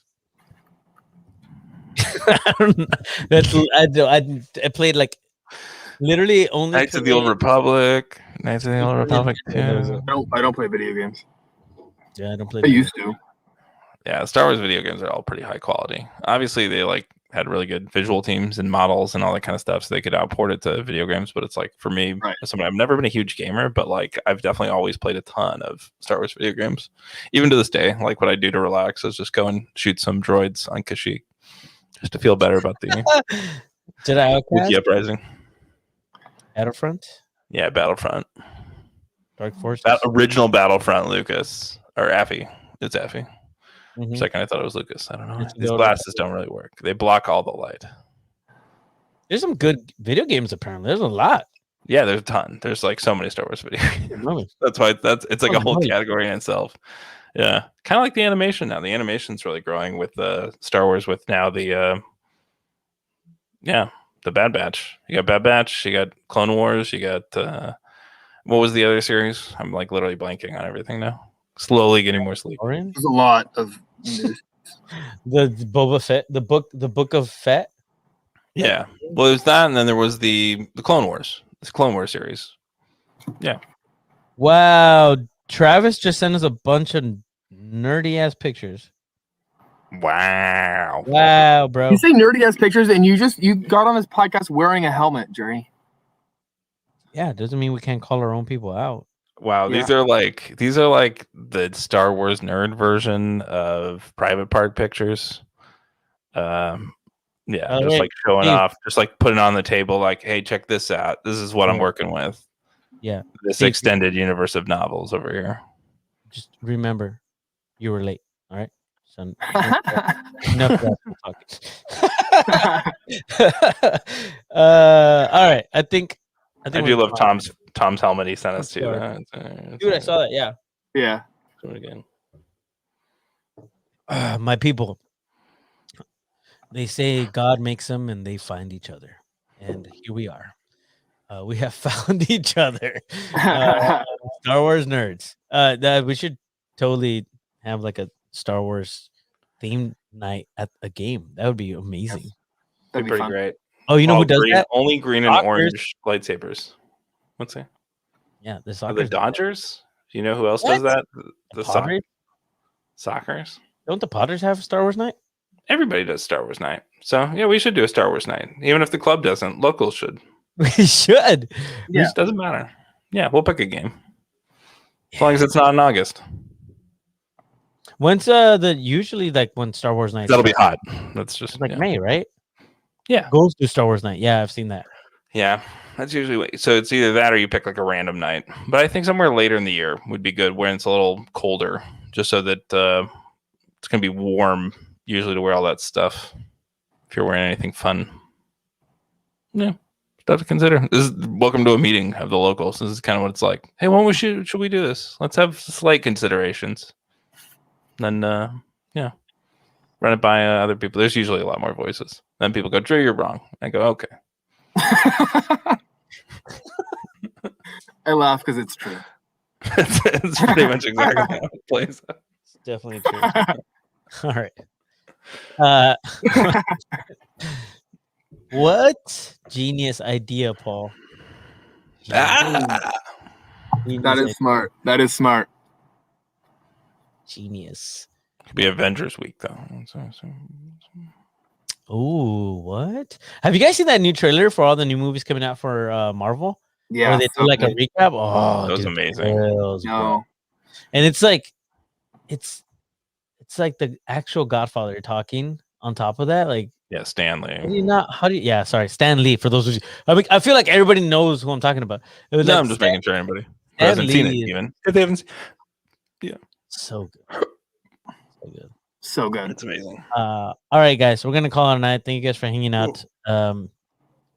Steve, Drew, let's stick around. I want to get nerdy with you guys for a little bit. Let's do it. Everybody else, I'll talk to Okay. you. We'll talk to you later. Thanks for hanging out. We'll see you guys on Thursday at Second Chance. you're still here. Second chance, 5 p.m. Be I'll there in early. spirit. Steve, be there at 4. If you're not there at 4, dude, you're late. Okay. Yeah, your spirit should be there at 2 p.m. Just kidding. I'll leave Phoenix by 1. Oh, that's right. He's not coming. I hate Phoenix. Yeah. Travis said you will never read them then? Oh, okay. He's talking. Never mind. Because Tay-Tay's out of town too. Okay, looking at Tay-Tay. Yeah, okay. Tay-Tay. It was good hanging out with Tay-Tay too. And, Yeah, so good. all right, guys. We'll see you later. Bye. Bye.